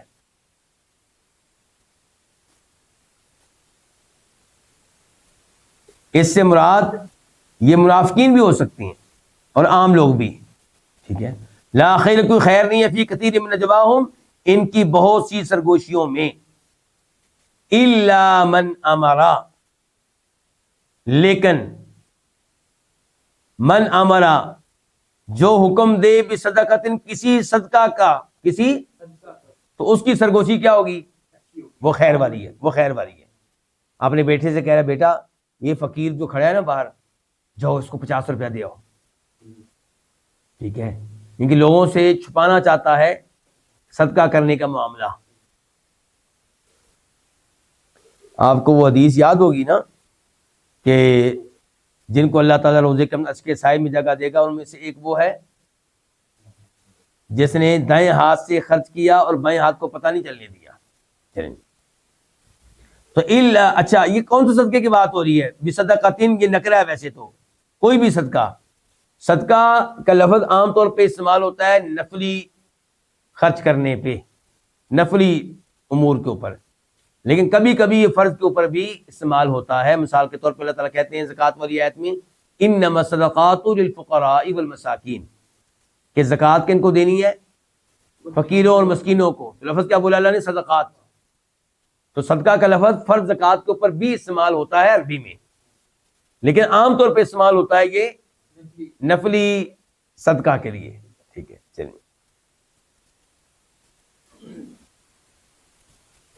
فرمایا ان کی سرگوشیوں میں کوئی خیر نہیں ہے، لیکن جو حکم دے کسی صدقہ کا، او معروف، یا کسی بھی نیکی کا، کسی بھی معروف کا، کسی بھی نیکی کا۔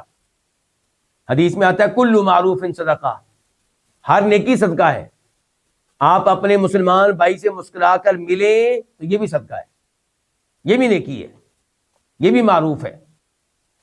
فرمایا سوائے، لیکن وہ جو حکم دے کسی صدقہ کا یا کسی بھی نیکی کا، او اصلاح بین الناس، یا لوگوں کے درمیان صلح کرانے کا، سرگوشیاں کر رہے ہیں، کسی میں صلح کرانا چاہتے ہیں، اس موضوع پہ سرگوشیاں چل رہی ہیں، تو پھر یہ بھی سرگوشی خیر کے اوپر ہوگی، چاہے یہ صلح کسی ایسے کیس میں ہو رہی ہو جس کا تعلق خون سے یا کوئی قتل ہوا تھا، یا مال سے تعلق ہے، کوئی بھی معاملہ ہے، آپ صلح کراتے ہیں اور صلح کے لیے سرگوشیاں ہو رہی ہیں تاکہ باقی فسادی لوگ اس میں مداخلت نہ کریں، کیونکہ صلح کرانے کے لیے بڑی حکمت اختیار کرنا پڑتی ہے۔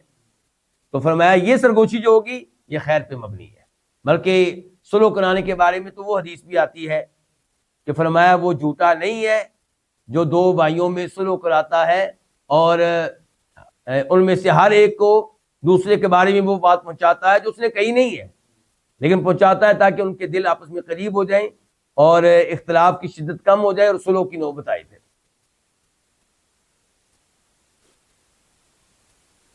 وَمَن يَفْعَلْ ذَلِكَ ابْتِغَاءَ مَرْضَاتِ اللَّهِ، لیکن میں اپنے دروس میں کہا کرتا ہوں، باقی علماء کرام بھی یقیناً کہتے ہوں گے، میں تو خیر طالب علم ہوں، کہ ہم نے صبح سے لے کے شام تک کیا بولنے ہوتے ہیں؟ جھوٹ۔ لیکن جب کہیں پہ لڑانے کی باری آتی ہے پھر ہم کہتے ہیں جی میں سچ کہوں گا، میں نہیں ڈرتا کسی سے، میں منہ پہ کہوں گا جی اس کے، بالکل اس نے یہ بات کہی ہے، مجھے جہاں مرضی لے جائیں۔ لو جی آج سچ بولنے کا وقت آ گیا ہے، جہاں شریعت نے کہا تھا کیا کرنے، جھوٹ آپ بول سکتے ہیں تاکہ ان کی لڑائی نہ ہو، صلح ہو جائے، جہاں شریعت نے کہا تھا، اجازت دی تھی کہ یہاں پہ آپ سچ کی بجائے کوئی دوسرے الفاظ بھی استعمال کر سکتے ہیں، وہاں پہ ہم نے کہا جی ہم نے سچ کہنا ہے۔ اس سے پتہ چلتا ہے کہ واقعی ہمیں شیطان صحیح استعمال کرتا ہے، جہاں پہ شریعت کہتی ہے کہ سچ کہنا وہاں سارے دن کیا کرتے ہیں؟ جھوٹ بولتے ہیں، اور جہاں شریعت نے کہا تھا لڑائی نہ ہونے دو، چاہے اس کے لیے تمہیں متبادل الفاظ استعمال کرنے پڑے، تو آپ نے وہاں پہ کہا نہ جی ہم تو حق بات کریں گے اور سر عام کریں گے۔ اور آپ کا سوشل میڈیا جو ہے نا، ہو سکتا ہے آپ نوجوان بھی اس سے متاثر ہوں، اسلامی حکومت اگر سوشل میڈیا پہ پابندی لگاتی ہے، ٹی وی چینلز پہ بیٹھے اینکرز پہ پابندی لگاتی ہے، تو شاید آپ بھی کہتے ہوں کہ بڑا ظلم ہو رہا ہے جی، نہیں، ان کے اوپر پابندیاں لگانی چاہیے، یہ ہیں ملک میں فساد کی آگ بھڑکانے والے، یہ ہیں قوم کو آپس میں لڑانے والے۔ اسلام ایسی چیزوں کی اجازت بالکل نہیں دیتا۔ حکومت کسی چیز کو چھپانا چاہتی ہے، مخفی رکھنا چاہتی ہے، یہ دائیں بائیں سے معلومات لے کے ظاہر کرتے ہیں اور ہیرو بنتے ہیں جی میں یہ راز نکال کر لے آیا ہوں جی۔ بھائی وہ راز نہیں نکالنے والا، کیوں نکال رہے ہیں آپ؟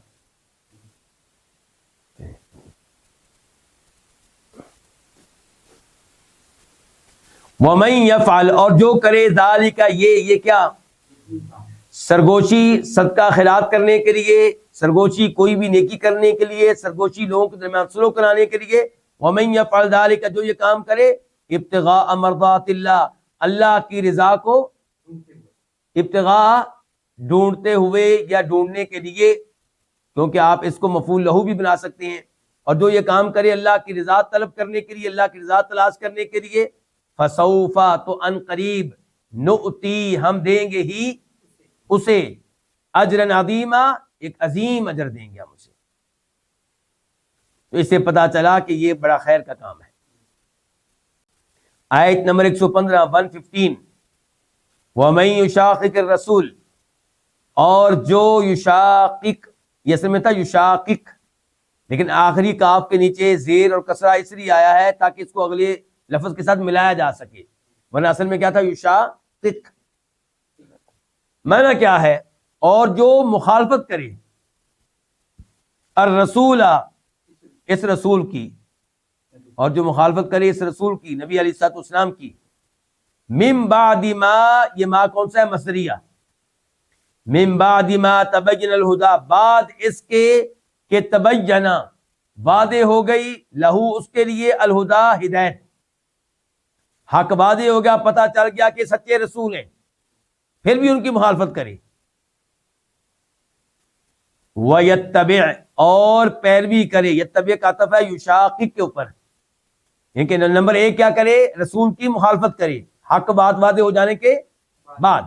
نمبر دو کیا کرے؟ وَيَتَّبِعْ، پیروی کرے، غیر سبیل المؤمنین، مومنوں کے علاوہ کسی اور راستے کی، یہ کہ دین اسلام کے سوا کسی اور دین کی، تو نولی، ہم پھیر دیں گے ہی اسے، ما تولا، کدھر پھیر دیں گے؟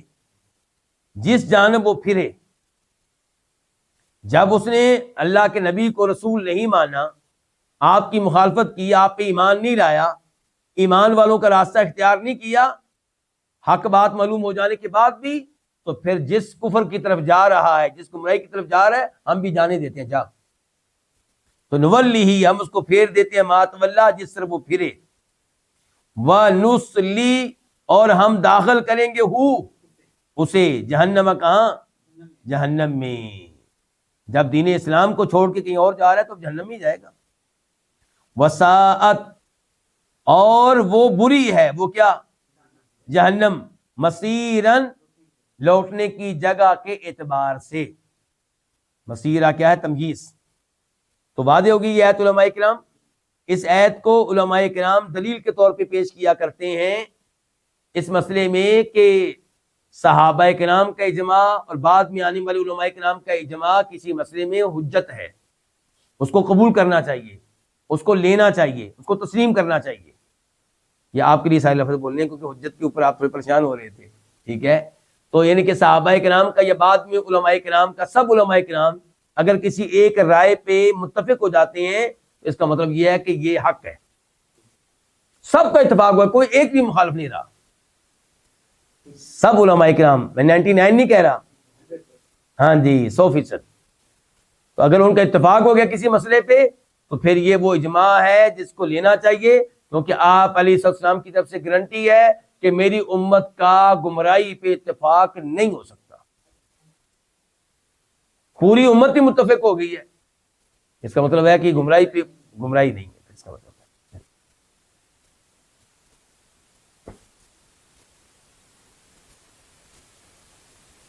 تو اللہ تعالیٰ کیا کہہ رہے ہیں؟ نولی ما تولا، کہ ہم اس کو پھیر دیتے ہیں جدھر وہ پھرے۔ اس کا کیا مطلب ہے ہم پھیر دیتے ہیں؟ یہ کہ جدھر جا رہا ہوتا ہے اس راستے کو پھر ہم اس کے لیے مزین کر دیتے ہیں، پھر اس کو بدعتیں پیاری لگتی ہیں، شرک اس کو اچھا لگتا ہے، توحید والے اس کو گستاخ نظر آتے ہیں، اللہ کی مدد سے محروم ہو گیا نا، کیونکہ حق واضح ہوا تھا، پھر اس نے اعراض کیا، اب اس کی یہی سزا ہے۔ فلما ازاغوا ازاغ اللہ قلوبہم، جب وہ ٹیڑھے ہوئے تو اللہ نے ان کے دلوں کو ٹیڑھا کر دیا۔ ان اللہ لا یغفر ان یشرک بہ، بے شک اللہ تعالیٰ نہیں بخشیں گے، کس چیز کو نہیں بخشیں گے؟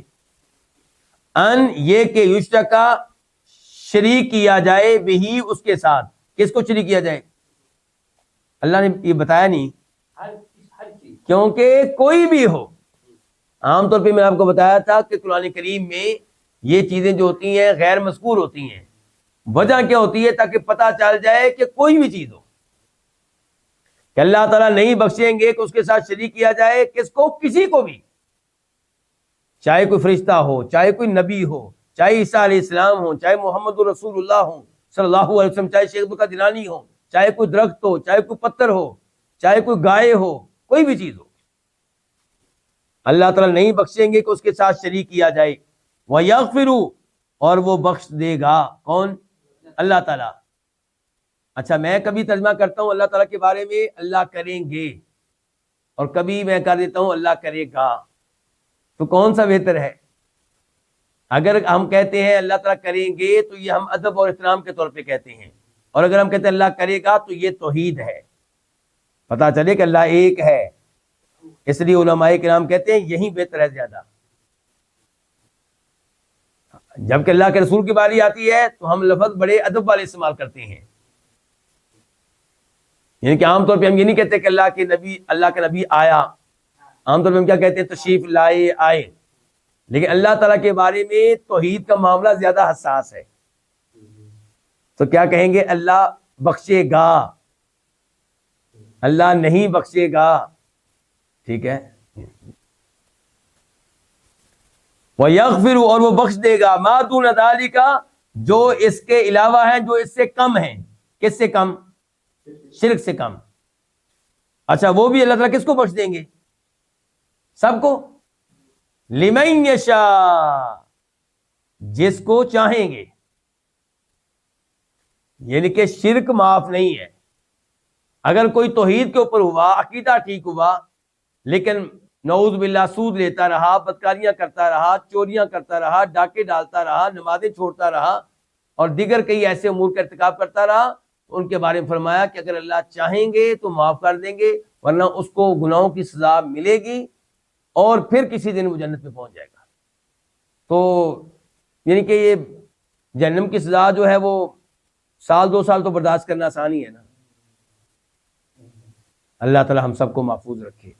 ہم دنیا کی آگ 1 سیکنڈ کے لیے برداشت نہیں کر سکتے، تو جہنم کی آگ کیسے برداشت کریں گے؟ اس لیے انسان کو چاہیے ہر کبیرہ گناہ سے بچے، اور اللہ سے دعا بھی کرے کہ یا اللہ ہمیں ان میں شامل فرما جو بغیر حساب کتاب کے جنت میں جائیں گے. خصوصاً رمضان میں دعا کرنی چاہیے کہ یا اللہ ہمیں ان میں شامل فرما جن کو رمضان کے مہینے میں تو جہنم کی آگ سے آزادی کا پروانہ دیا کرتا ہے. وَمَن يُشْرِكْ بِاللَّهِ، اور جو اللہ تعالیٰ کے ساتھ شریک کرے. یہاں پہ بھی نہیں بتایا گیا کس کو، ایسے ہی ہے نا. اور جو اللہ تعالیٰ کے ساتھ شریک کرے، ان کے بریکٹ میں کیا آئے گا؟ کسی کو بھی. فقط، تو تحقیق، ضل ضلالا بعیدا، وہ بہت دور بھٹک گیا. یعنی کہ گمراہی میں بہت دور چلا گیا، جہاں سے واپسی مشکل ہے. کچھ بڑا ہی، سب سے بڑا گناہ کر لیا نا اس نے، سب سے بڑا گناہ کر لیا. فقط ضل ضلالا بعیدا، وہ بہت دور بھٹک گیا، بہت دور کی گمراہی میں چلا گیا. آیت نمبر 117 ان یدعون، وہ نہیں پکارتے، وہ نہیں دعا کرتے، وہ نہیں پکارتے، من دونہ، اس کے علاوہ. کس کے علاوہ؟ اللہ تعالیٰ کے علاوہ. الا اناثا، مگر کن کو؟ مؤنثوں کو. مؤنث کس کو کہتے ہیں؟ فیمیل. ٹھیک ہے، لیکن یہاں پہ لفظ اناث آیا ہے، یعنی کہ ہم یہ ترجمہ نہیں کریں گے کہ نہیں وہ اللہ کے علاوہ پکارتے مگر عورتوں کو. عورتوں نہیں کہہ سکتے ہم، کیونکہ یہاں پہ مراد ہے مؤنث ہر جنس کی. مؤنث مثال کے طور پہ ان میں سے، انسانوں میں سے، مؤنث جنوں میں سے، مؤنث مؤنث مؤنث مؤنث. تو فرمایا کہ وہ نہیں پکارتے من دونی، اس کے علاوہ، الا اناث، مگر کن کو؟ مؤنثوں کو. اہل مکہ کن کی عبادت کرتے تھے؟ فرشتوں کی، اور کہتے تھے اللہ کی بیٹیاں ہیں، بیٹیاں ہیں. اچھا، اور ان کے بتوں کے نام دیکھیں. لات مؤنث، یہ لفظ مؤنث ہے. عزا مؤنث، منات مؤنث. اور ہندوؤں کے دیکھ لیں عام طور پہ جو مورتیاں ہوتی ہیں زیادہ تر ان کا مونس ہی ہوتے ہیں مورتیاں زیادہ تر.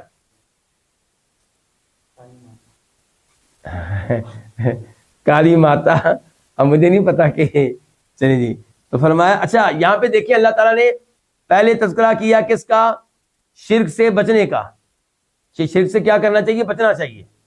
تو جو شرک کرتے ہیں اللہ تعالیٰ نے فرمایا وہ اللہ تعالیٰ کے ساتھ کن کو شریک کرتے ہیں؟ مونسوں کو. اچھا شرک کے لیے اللہ نے ان کی کون سی چیز ذکر کی؟ دعا. ذرا اس کے اوپر توجہ دیں. اور آج کل لوگ قبروں پہ جاتے ہیں, قبر والے سے دعا کرتے ہیں, پھر کہتے ہیں ہم نے شرک نہیں کیا. فوت شدگان سے دعائیں کرتے ہیں, کہتے ہیں ہم نے شرک نہیں کیا, ہم نے تو یہی کہا کہ اللہ سے لے کر دو.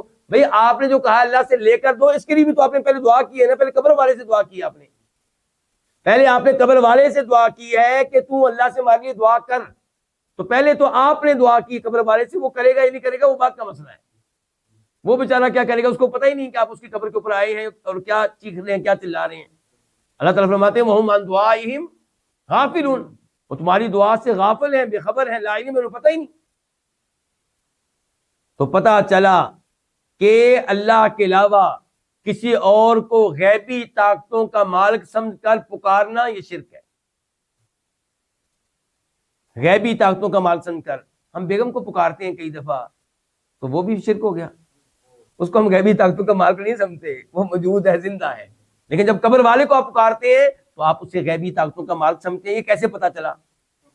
کیونکہ آپ کو پتا ہے کہ وہ مٹی کے نیچے ہے اور اس کو فوت ہوئے 500 سال ہو چکے ہیں, 1000 سال ہو چکے ہیں, 400 سال ہو چکے ہیں, پھر بھی آپ پکارتے ہیں. اس کا مطلب ہے کہ آپ کا عقیدہ یہ ہے کہ جیسے اللہ یہاں پہ نہیں ہے, عرش کے اوپر ہے, لیکن میری پکار کو سنتا ہے, مجھے دیکھتا ہے, میری حاجت کو پورا کر سکتا ہے. آپ سمجھتے ہیں کہ قبر والا بھی ایسے ہی ہے. تو یہ شرک نہیں تو اور کیا ہے؟ فرمایا ان یدعون, وہ نہیں پکارتے, من دونہ, اللہ تعالیٰ کے علاوہ, الا اناسا, مگر کن کو؟ مؤنثوں کو. وَإِن يَدْعُونَ, اور وہ نہیں پکارتے, وہ نہیں دعا کرتے, الا, مگر, شیطان مریدا, مگر سرکش شیطان سے. سرکش شیطان کو نہیں وہ دعا کرتے مگر سرکش شیطان سے, یا نہیں وہ پکارتے مگر سرکش شیطان کو. مریدن کا معنی کیا ہوگا؟ سرکش. اچھا پہلے اللہ تعالیٰ نے کہا کہ یہ جناب منسوں کو پکارتے ہیں, اب اللہ تعالیٰ نے کہا شیطان کو پکارتے ہیں, یعنی کہ شیطان کے کہنے پہ ایسا کرتے ہیں. شیطان کے, اور کئی تو براہ راست پکارتے ہیں شیطان کو, یہ بھی آپ کو پتا ہونا چاہیے. مثال کے طور پہ وہ لوگ جو کسی صحرائے جنگل سے گزر رہے ہوتے تھے تو جنگل کے شر سے بچنے کے لیے کہتے تھے اس وادی کا جو سردار جن ہے, شیطان جن ہی ہوتے ہیں نا, میں اس کی پناہ میں آتا ہوں. تو یہ کیا شرک نہیں تو اور کیا ہے؟ تو شیطان کی پہلی صفت کیا اللہ نے بتائی ہے؟ مرید, وہ سرکش ہے. دوسری یہ کہ لعنہ اللہ, جس پہ اللہ نے لعنت کی ہے. نہیں یہ پکارتے مگر اس سرکش شیطان کو جس پہ اللہ نے لعنت کی ہے. وقال, اور اس نے کہا, کس نے؟ شیطان نے. شیطان نے کہا. مجھے خطرہ ہے ان لوگوں سے جو اپنے بچوں کا نام کیسے رکھتے ہیں, قرآن کریم کھولا اور جو پہلا لفظ مل گیا, اور کہیں اپنے بچے کے نام مرید نہ رکھ لیں.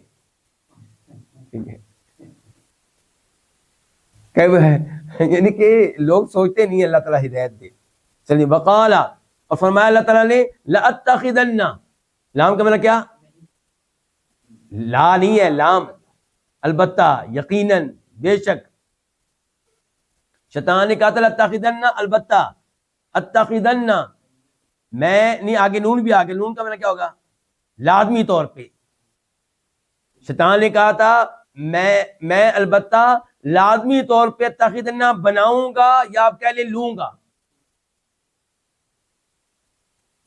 من عبادکا, تیرے بندوں میں سے. کیا لوں گا تیرے بندوں میں سے؟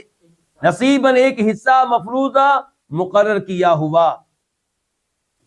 شیطان نے اللہ تعالیٰ کو چیلنج دیا ہے کہ یا اللہ جن کی وجہ سے تو مجھے دھتکار رہا ہے نا, آدم علیہ السلام کی وجہ سے تو مجھے دھتکار رہا ہے, یا اللہ اس کی اولاد میں بڑے لوگ ہوں گے, میرے پیروکار ہوں گے, جو میرے لشکر کا حصہ ہوں گے, وہ اور واقعی پھر لوگوں نے ثابت کیا اور اس کو دیکھیں وہ سر عام اعلان کر رہا ہے، اللہ نے ہمیں بتا دیا کہ بھائی اس کا یہ اعلان ہے. کیوں بتایا اللہ تعالیٰ نے؟ اگر ہمیں کوئی آدمی آ کر یہ کہے کہ فلاں آدمی نے تمہارے خلاف یہ بات کی کہ میں نے اس کو قتل کرنا ہے، تو کیا کریں گے؟ اس کے بعد ہم بچ کے رہیں گے نا، اس کے قریب نہیں جائیں گے. لیکن شیطان کے بارے میں اللہ نے بار بار بتا دیا کہ تمہارا کھلا دشمن ہے، اس کے باوجود ہماری دوستی پکی ہے. اتنی پکی دوستی ہے کہ میں پہلے آپ کو بتا چکا ہوں، اس کی مثال بھی دی تھی ایک دفعہ. کیا کہ وہ جو حاجی حج کرنے کے لیے جاتے ہیں، جمرات کو کنکریاں مارنے لگتے ہیں، تو ہمارے نبی علیہ السلام نے کیا کہا تھا؟ چھوٹی سی کنکری، اور خبردار کیا تھا کہ بڑی کنکری نہیں مارنی، غلوف نہ کرنا. چنے کے دانے کے برابر کنکری پکڑ کے آپ نے کہا تھا اتنی کنکری مارنی ہے. تو ہمارے لوگ اب کیا کرتے ہیں؟ بڑے بڑے پتھر جوتے مارتے ہیں، کہتے ہیں اس شیطان نے ہمیں بڑا گمراہ کیا ہے، اس کو میں آج اس سے بدلہ لینا ہے. شیطان کہتا ہے کہ میرے دوست، آج بھی تو اپنے نبی کی بات نہیں مان رہا، آج بھی تو میری بات مان رہا ہے. شیطان آگے سے کیا کہتا ہوگا کہ یہاں پہ بھی تو مجھ سے دوستی نبھا رہے. اگر تو اپنے نبی کی بات مانتا چھوٹی کنکری مارتا. تیرے نبی نے کہا تھا بڑی کنکری نہیں مارنی، اور تم مار رہا ہے، اس کا مطلب آج بھی تم میری دوستی نبھا رہا ہے. یہ ہماری صورتحال ہے. وقال، اور اس نے کہا تھا لاتخذن، البتہ میں لازمی طور پہ لوں گا، بناؤں گا، من عبادک، تیرے بندوں میں سے، نصیباً، ایک حصہ، مفروضاً، مقرر کیا ہوا. آگے آیت نمبر 119 119 وَلَأُضِلَّنَّهُمْ، دھیان سے، یہ کئی الفاظ ہیں، ایک لفظ نہیں ہے. واو الگ ہے جس کا معنی اور ہوتا ہے، لام الگ ہے جس کا معنی کیا ہوگا؟ البتہ. اور نون جو آخر میں ہے وہ الگ ہے جس کا معنی کیا ہوگا؟ لازمی طور پہ، یقینی طور پہ. اور ہم الگ ہے. ٹھیک ہو گیا؟ اب ترجمہ کیا ہوگا؟ وَلَأُضِلَّنَّهُمْ، اور البتہ میں لازمی طور پہ ان کو گمراہ کروں گا. شیطان کا اعلان، کھلا اعلان اس کا، میں ان کو گمراہ کروں گا. کس سے؟ حق سے، توحید سے. وَلَأُمَنِّيَنَّهُمْ، نہیں، یہاں پہ بھی لام آپ کو پتہ چل گیا یہ الگ ہے. ٹھیک ہے. اور امنین کے آخر میں نون جو ہے وہ الگ ہے، وہ تاکید کے لیے ہے، اور ہم الگ ہے. اور اب کیا ترجمہ ہوگا؟ وَلَأُمَنِّيَنَّهُمْ، اور البتہ میں لازمی طور پہ ان کو امیدیں دلاؤں گا، ان کو آرزو دلاؤں گا. کیا امیدیں جی؟ اللہ بڑا غفور رحیم ہے. سود کے اوپر سود لیتے چلے جاؤ، اللہ تعالیٰ بڑا غفور رحیم ہے. یہ مولوی ایسے سختی کرتے ہیں. اور کیا جی؟ او جی توبہ کر لیں گے، ابھی تو میری 20 سال عمر ہے، میں نے بوڑھا ہونا ہے، داڑھی میری سفید ہوگی تو پھر ہم بھی توبہ کر لیں گے. یہ آرزویں کس کی طرف سے ہیں؟ شیطان کی طرف سے. یا پھر کیا آرزو دلانا؟ اس کا مثال کے طور پہ اس کی ایک مثال یہ بھی ہو سکتی ہے کہ کوئی مسئلہ نہیں ہے، میں ہر سال فلاں بابا جی کی قبر پہ حاضری دیتا ہوں، عرس مناتا ہوں، ان کا دیگ بھی دیتا ہوں، بکرا بھی دیتا ہوں. تو بابا جی تو پہنچے ہوئے تھے اور وہ اللہ کے محبوب بندے تھے، اللہ کے پیارے تھے، تو وہ میری شفاعت کریں گے، مجھے بخشوا لیں گے. یہ کس کی آرزویں ہیں؟ شیطان کی طرف سے ہی ہیں. اور البتہ میں ان کو ضرور گمراہ کروں گا، اور البتہ ضرور میں ان کو امیدیں دلاؤں گا یا آرزو دلاؤں گا. وَلَآمُرَنَّهُمْ، اور یہاں پہ بھی شروع میں وہی لام، آخر میں وہی نون. شیطان اپنی بات کو پکا کرنے کے لیے دو تقیدیں استعمال کر رہا ہے. کہتا ہے وَلَآمُرَنَّهُمْ، اور البتہ میں ان کو لازمی طور پہ حکم دوں گا، تو میرے حکم پہ چلیں گے. کیا حکم دوں گا اور کیا چلیں گے؟ فرمایا، اللہ تعالیٰ نے فرمایا کہ شیطان کہتا ہے البتہ میں ان کو لازمی طور پہ حکم دوں گا.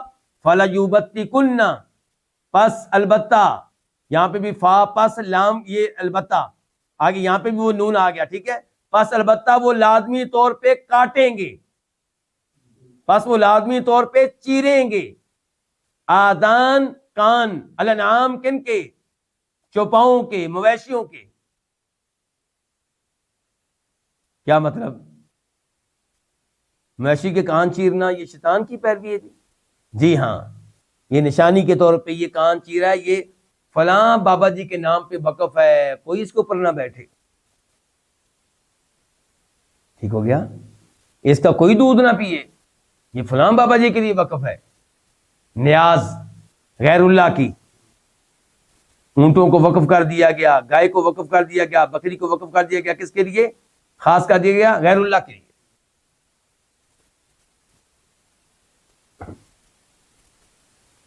تو فلا یبتکن، پس البتہ وہ لازمی طور پہ کیا کریں گے؟ اذان کاٹیں گے. آدان کان، الانعام کن کے؟ جانوروں کے چوپاؤں کے. وَلَآمُرَنَّهُمْ، اور البتہ میں ان کو لازمی طور پہ حکم دوں گا. فَلَيُغَيِّرُنَّ، پس البتہ وہ لازمی طور پہ یغیرن تبدیل کریں گے، خلق اللہ، اللہ کی بناوٹ کو، اللہ کی پیدا کی ہوئی صورت کو. ٹھیک ہو گیا؟ تبدیل کریں گے اللہ تعالیٰ کی پیدا کی ہوئی صورت کو. اس کی کیا مثال ہو سکتی ہے؟ مثال کے طور پہ جسم پہ کیا بنانا؟ ٹیٹو بنانا. ٹھیک ہے. دانت میں فاصلہ قائم کرنا تاکہ دانت پیارے نظر آئیں. اس کا باقاعدہ حدیث میں آیا نا، ٹیٹو بنانا اور یہ دانتوں میں فاصلہ قائم کرنا، یہ چیزیں ممنوع ہیں. جس حدیث میں آیا وہاں پہ آیا المغیرات خلق اللہ. مجھے اب یاد نہیں آ رہا پیچھے الفاظ کیا آ رہے ہیں. المغیرات اس کے مطابق پڑھیں گے، المغیرات پڑھیں گے، آخر میں کیا؟ المغیرات خلق اللہ، کہ یہ عورتیں جو ایسی حرکتیں کرنے والی ہوں گی یہ اللہ کی خلق کو تبدیل کرنے والی ہوں گی. اور آیت میں یہی آیا نا. ٹھیک ہو گیا؟ بلکہ علماء کرام تو یہ بھی کہا ہے اپنے آپ کو خسی کروا لینا. کیا کروا لینا؟ خسی کروا لینا، یعنی کہ مردوں کا اپنی جنسی خواہش کو ختم کر دینا. تو یہ بھی اسی میں آتا ہے. ایسے ہی عورتوں کا اپنے، ہاں عورتوں کا مرد بننا، بالکل اس کا بھی تذکرہ کیا گیا، وہ بھی اسی میں آتا ہے.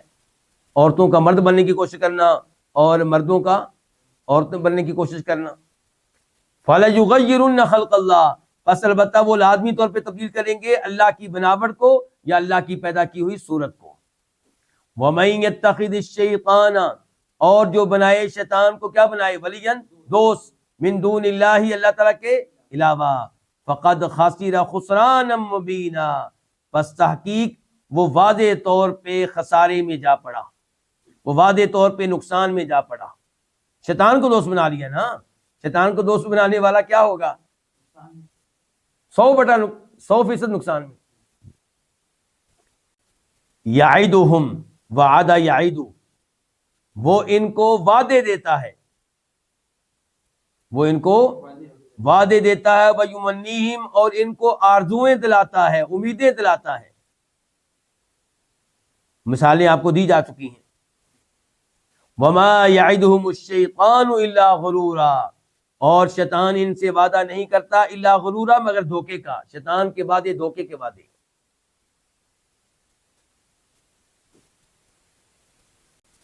اولئک، یہی لوگ ہیں، مأواہم، جن کا ٹھکانہ کیا ہے؟ جن کا ٹھکانہ جہنم ہے. ولا یجدون، اور وہ نہیں پائیں گے، محیصن، کوئی بھاگنے کی جگہ، عنہا، اس سے، کس سے؟ جہنم سے. جہنم سے بھاگنے کی کوئی جگہ ان کو نہیں ملے گی. تو یہ اللہ نے تذکرہ کر دیا ان لوگوں کے انجام کا جو شیطان کو دوست بناتے ہیں، شیطان کی باتوں میں آتے ہیں، شیطان کی اطاعت کرتے ہیں. ان کا انجام بتا دیا کہ جہنم میں جائیں گے. اب ان لوگوں کا انجام ان کے مقابلے میں جو اللہ کی باتیں ماننے والے ہیں. تو آیت نمبر ہم شروع کرنے والے ہیں 123، 123. والذین آمنوا، اور وہ لوگ جو ایمان لائے، کس چیز پہ؟ ہر اس چیز پہ جس پہ ایمان لانا واجب ہے. تو جو آخرت میں شک کرے کیا اس کو ایمان والا کہہ سکتے ہیں؟ نہیں. جو تقدیر کے عقیدے کو نہ مانے کیا وہ ایمان والا ہے؟ بالکل نہیں. تو فرمایا والذین آمنوا، اور وہ لوگ جو ایمان لائے، وعملوا الصالحات، اور جنہوں نے نیک عمل کیے. ایمان لانے کے بعد عمل بھی کیے، نمازیں پڑھتے رہے، روزے رمضان کے رکھتے رہے، فرض حج کرتے رہے، زکوٰۃ دیتے رہے، کبیرہ گناہوں سے بچتے رہے. اور وہ لوگ جو ایمان لائے اور جنہوں نے نیک عمل کیے سندخلہم، سین کا معنی کیا؟ ان قریب، جلد ہی ندخلو، ہم داخل کریں گے ہم انہیں جنات، ایسے باغات میں تجری بہتی ہیں من تحتیا، جن کے نیچے سے کیا بہتی ہیں؟ الانہار، نہریں، خالدین، اس حال میں کہ وہ ہمیشہ ہمیشہ رہنے والے ہوں گے، فیہا، ان جنتوں میں، ابداً، ابد تک، ہمیشہ ہمیشہ۔ وعد اللہ، اللہ کا وعدہ ہے، حقاً، سچا۔ شیطان کے وعدے اوپر کیا بتایا تھا اللہ تعالیٰ نے؟ دھوکہ۔ اور اللہ کا وعدہ کیا ہے؟ سچا۔ ومن اصدق من اللہ قیلا، اور کون زیادہ سچا ہے من اللہ، اللہ سے بڑھ کر، اللہ سے بڑھ کر کون زیادہ سچا ہے؟ قیلا، کلام کے لحاظ سے، گفتگو کے لحاظ سے، یہ قیل اور قول کا معنی ایک ہی ہوتا ہے، ٹھیک ہو گیا؟ اور کون اللہ سے بڑھ کر سچا ہے؟ قیلا، بات کرنے کے لحاظ سے اللہ کے وعدے سچے ہیں۔ واضح؟ ایت نمبر 123 123، لیسا، نہیں ہے، بی امانیکم، تمہاری آرزوؤں کے ساتھ۔ یہ تین لفظ ہیں، بی، با الگ ہے، اور امانی یہ جمع ہے امنیتن کی۔ امنیہ کس کو کہتے ہیں؟ آرزو۔ کم کا معنی تمہاری، نہیں ہے تمہاری آرزوؤں کے ساتھ، ولا امانی اہل الکتاب، اور نہ ہی اہل کتاب کی آرزوؤں کے ساتھ۔ کیا نہیں ہے جی؟ نہیں، آگے تو نہیں آ رہا، آگے نہیں آ رہے، پکی بات ہے۔ ہاں، یعنی کہ یہاں پہ ظاہر ہے علماء کرام کے کئی اقوال ہیں۔ تو ایک قول یہ ہے کہ پیچھے ایمان کا تذکرہ ہوا ہے، یعنی کہ آپ کہہ سکتے ہیں لیس الایمان، ایمان تمہاری آرزوؤں کے مطابق نہیں ہے، اور نہ اہل کتاب کی آرزوؤں کے مطابق ہے۔ ایمان سے مراد پھر کیا ہو جائے گا؟ دین، یعنی کہ دین وہ نہیں ہے جو تمہاری آرزوؤں کے مطابق ہو، نہ ہی دین وہ ہے جو اہل کتاب کی آرزوؤں کے مطابق۔ اہل کتاب کون؟ یہودی اور عیسائی۔ ان کی آرزویں کیا ہیں؟ مثال کے طور پہ ہم اللہ کے پیارے، اللہ کے محبوب، اور دوسرے نمبر پہ مثال کے طور پہ جنت میں داخل ہونے والے یہ یہودی ہوں گے یا عیسائی، یہودی کہتے ہیں یہودی ہوں گے، عیسائی کہتے ہیں عیسائی، کوئی اور داخل نہیں ہو سکے گا۔ اور تیسری مثال کے طور پہ اگر ہم جہنم میں گئے بھی کچھ دن رہیں گے جتنے دن ہمارے بڑوں نے بچڑے کی عبادت کی تھی۔ تو اللہ تعالیٰ کہتے ہیں آرزو میں کام نہیں آئیں گی، چاہے وہ مسلمانوں کی ہوں چاہے اہل کتاب کی ہوں۔ اور مسلمانوں کی آرزوؤں کی بھی چند مثالیں میں نے آپ کو اوپر دے دی ہیں۔ آپ کو مثال کے طور پہ کیا؟ ہمارے بابا جی ہمیں بخشوا دیں گے، جن کا عرس مناتے ہیں، ٹھیک ہے جی؟ تو فرمایا آرزوؤں سے کام نہیں چلنے والا۔ لیس بامانیکم ولا امانی اہل کتاب، نہیں ہے تمہاری آرزوؤں کے ساتھ اور نہ ہی اہل کتاب کی آرزوؤں کے ساتھ۔ پھر کیا ہے اصل میں اصول کیا ہے؟ فرمایا من یعمل سوءا، جو بھی کرے سوءا کوئی برائی، یجزا، اسے جزا دی جائے گی، بہی، اس کی، کوئی بھی ہو، چاہے مسلمان ہو چاہے اہل کتاب میں سے کوئی ہو۔ تو یہ یعنی کہ وارننگ ہو گئی، لیکن مسلمانوں کے لیے تھوڑی سی بشارت موجود ہے۔ کیا؟ کہ مسلمان جو جب گناہ کرتا ہے تو اسی دنیا میں کبھی کانٹا پاؤں میں چبھ گیا، گناہ جڑ گیا، کبھی کیا ہو گیا، سر درد ہے، گناہ جڑ گیا، صبر کرے تو، کبھی پیٹ درد ہے، صبر کرے تو گناہ جڑ گیا، کبھی پڑوسیوں نے تنگ کیا، برداشت کر لیا، صبر کیا، گناہ جڑ گیا، کسی رشتہ دار نے تنگ کیا، صبر کیا، گناہ جڑ گئے۔ غم آتے ہیں، پریشانیاں آتی ہیں، ٹینشنیں آتی ہیں، تو اس سے کیا ہوتا ہے؟ گناہ معاف ہوتے رہتے ہیں۔ لیکن یقیناً کئی گناہ ایسے ہیں جن کی سزا روز قیامت ملے گی۔ اللہ ہمیں ان میں سے محفوظ رکھے جن کو یہ سزا روز قیامت ملے گی، دنیا میں بھی اللہ تعالیٰ پردہ ڈال دے۔ من یعمل سوءا یجزا بہ، جو کوئی برائی کرے اس کو جزا دی جائے گی، بھی اس کی، ولا یجد، اور وہ نہیں پائے گا،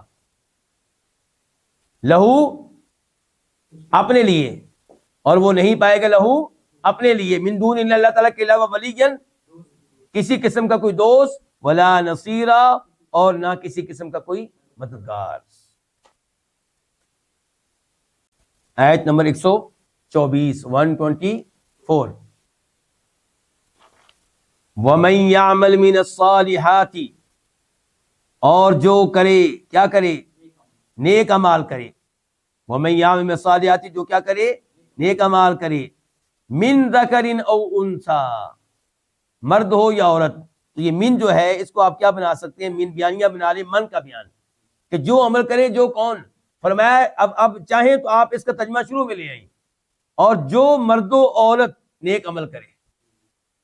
جو مرد و عورت نیک عمل کرے. وَهُوَ مُؤْمِن، جبکہ وہ کیا ہو؟ مومن ہو. یہ شرط ہے. نیک عمل کرے اور ایمان نہیں تو فائدہ کوئی نہیں. جتنے مرضی ہاسپٹل بنائیں، جتنی مرضی آپ یتیموں کی پرورش کریں، جتنی مرضی بیواؤں کا خیال رکھیں، کوئی فائدہ نہیں ہے. سارے اعمال ضائع جائیں گے. اس لیے ہم ایمان کے اوپر، توحید کے اوپر زور دیتے ہیں. ورنہ وہ ایک صاحب نے الفاظ کہے تھے نا، بڑا ڈر لگتا ہے. اللہ ہم سب کو معاف کر دے. اس نے کہا تھا نا کہ میں جہنم میں بھی چلا گیا تو وہاں پہ جہنمیوں کی خدمت کروں گا. نہایت خطرناک الفاظ ہے. اور کسی اور صاحب کے الفاظ میں ذکر نہیں کروں گا، کیونکہ وہ ذکر کیے تو سیاسی ہو جائیں گے. آپ نے کہنا کہ سیاست میں داخل ہو گئے. چلیے، فرمایا اللہ تعالیٰ نے وَمَن، اور جو مرد و عورت کیا کرے؟ نیک عمل کرے. وہ مومن، اس حال میں کہ وہ کیا ہو؟ مومن ہو، ایمان لانے والا ہو. فَأُولَٰئِکَ، تو یہی لوگ ہیں. یہی کون سے؟ ایمان لانے والے اور عمل کرنے والے. يَدْخُلُونَ الْجَنَّةَ، جو داخل ہوں گے کہاں؟ جنت میں. وَلَا يُظْلَمُونَ، اور ان پہ ظلم نہیں کیا جائے گا. نَقِيرًا، کھجور کی گٹھلی پہ نہ داغا فتیل ہے، کھجور کی گٹھلی کے اوپر پڑے ہوئے نقطے کے برابر بھی. یہ کہ ذرا بار ظلم نہیں کیا جائے گا. ایک ایک عمل کا اس کو اجر و ثواب ملے گا، دیا جائے گا. بس 2 آیتیں رہ گئی ہیں. 2 آیتیں جوش سے پڑھ لیں ذرا. عبداللہ بھائی 2 آیتیں جوش سے پڑھ لیں. چلیے. وَمَنْ أَحْسَنُ دِينًا مِّمَّنْ أَسْلَمَ وَجْهَهُ لِلَّهِ. وَمَنْ أَحْسَنُ، اور کون زیادہ اچھا ہے؟ کس لحاظ سے؟ مال کے لحاظ سے. کون زیادہ اچھا ہے؟ دین کے اعتبار سے. یہ تمییز ہو گئی.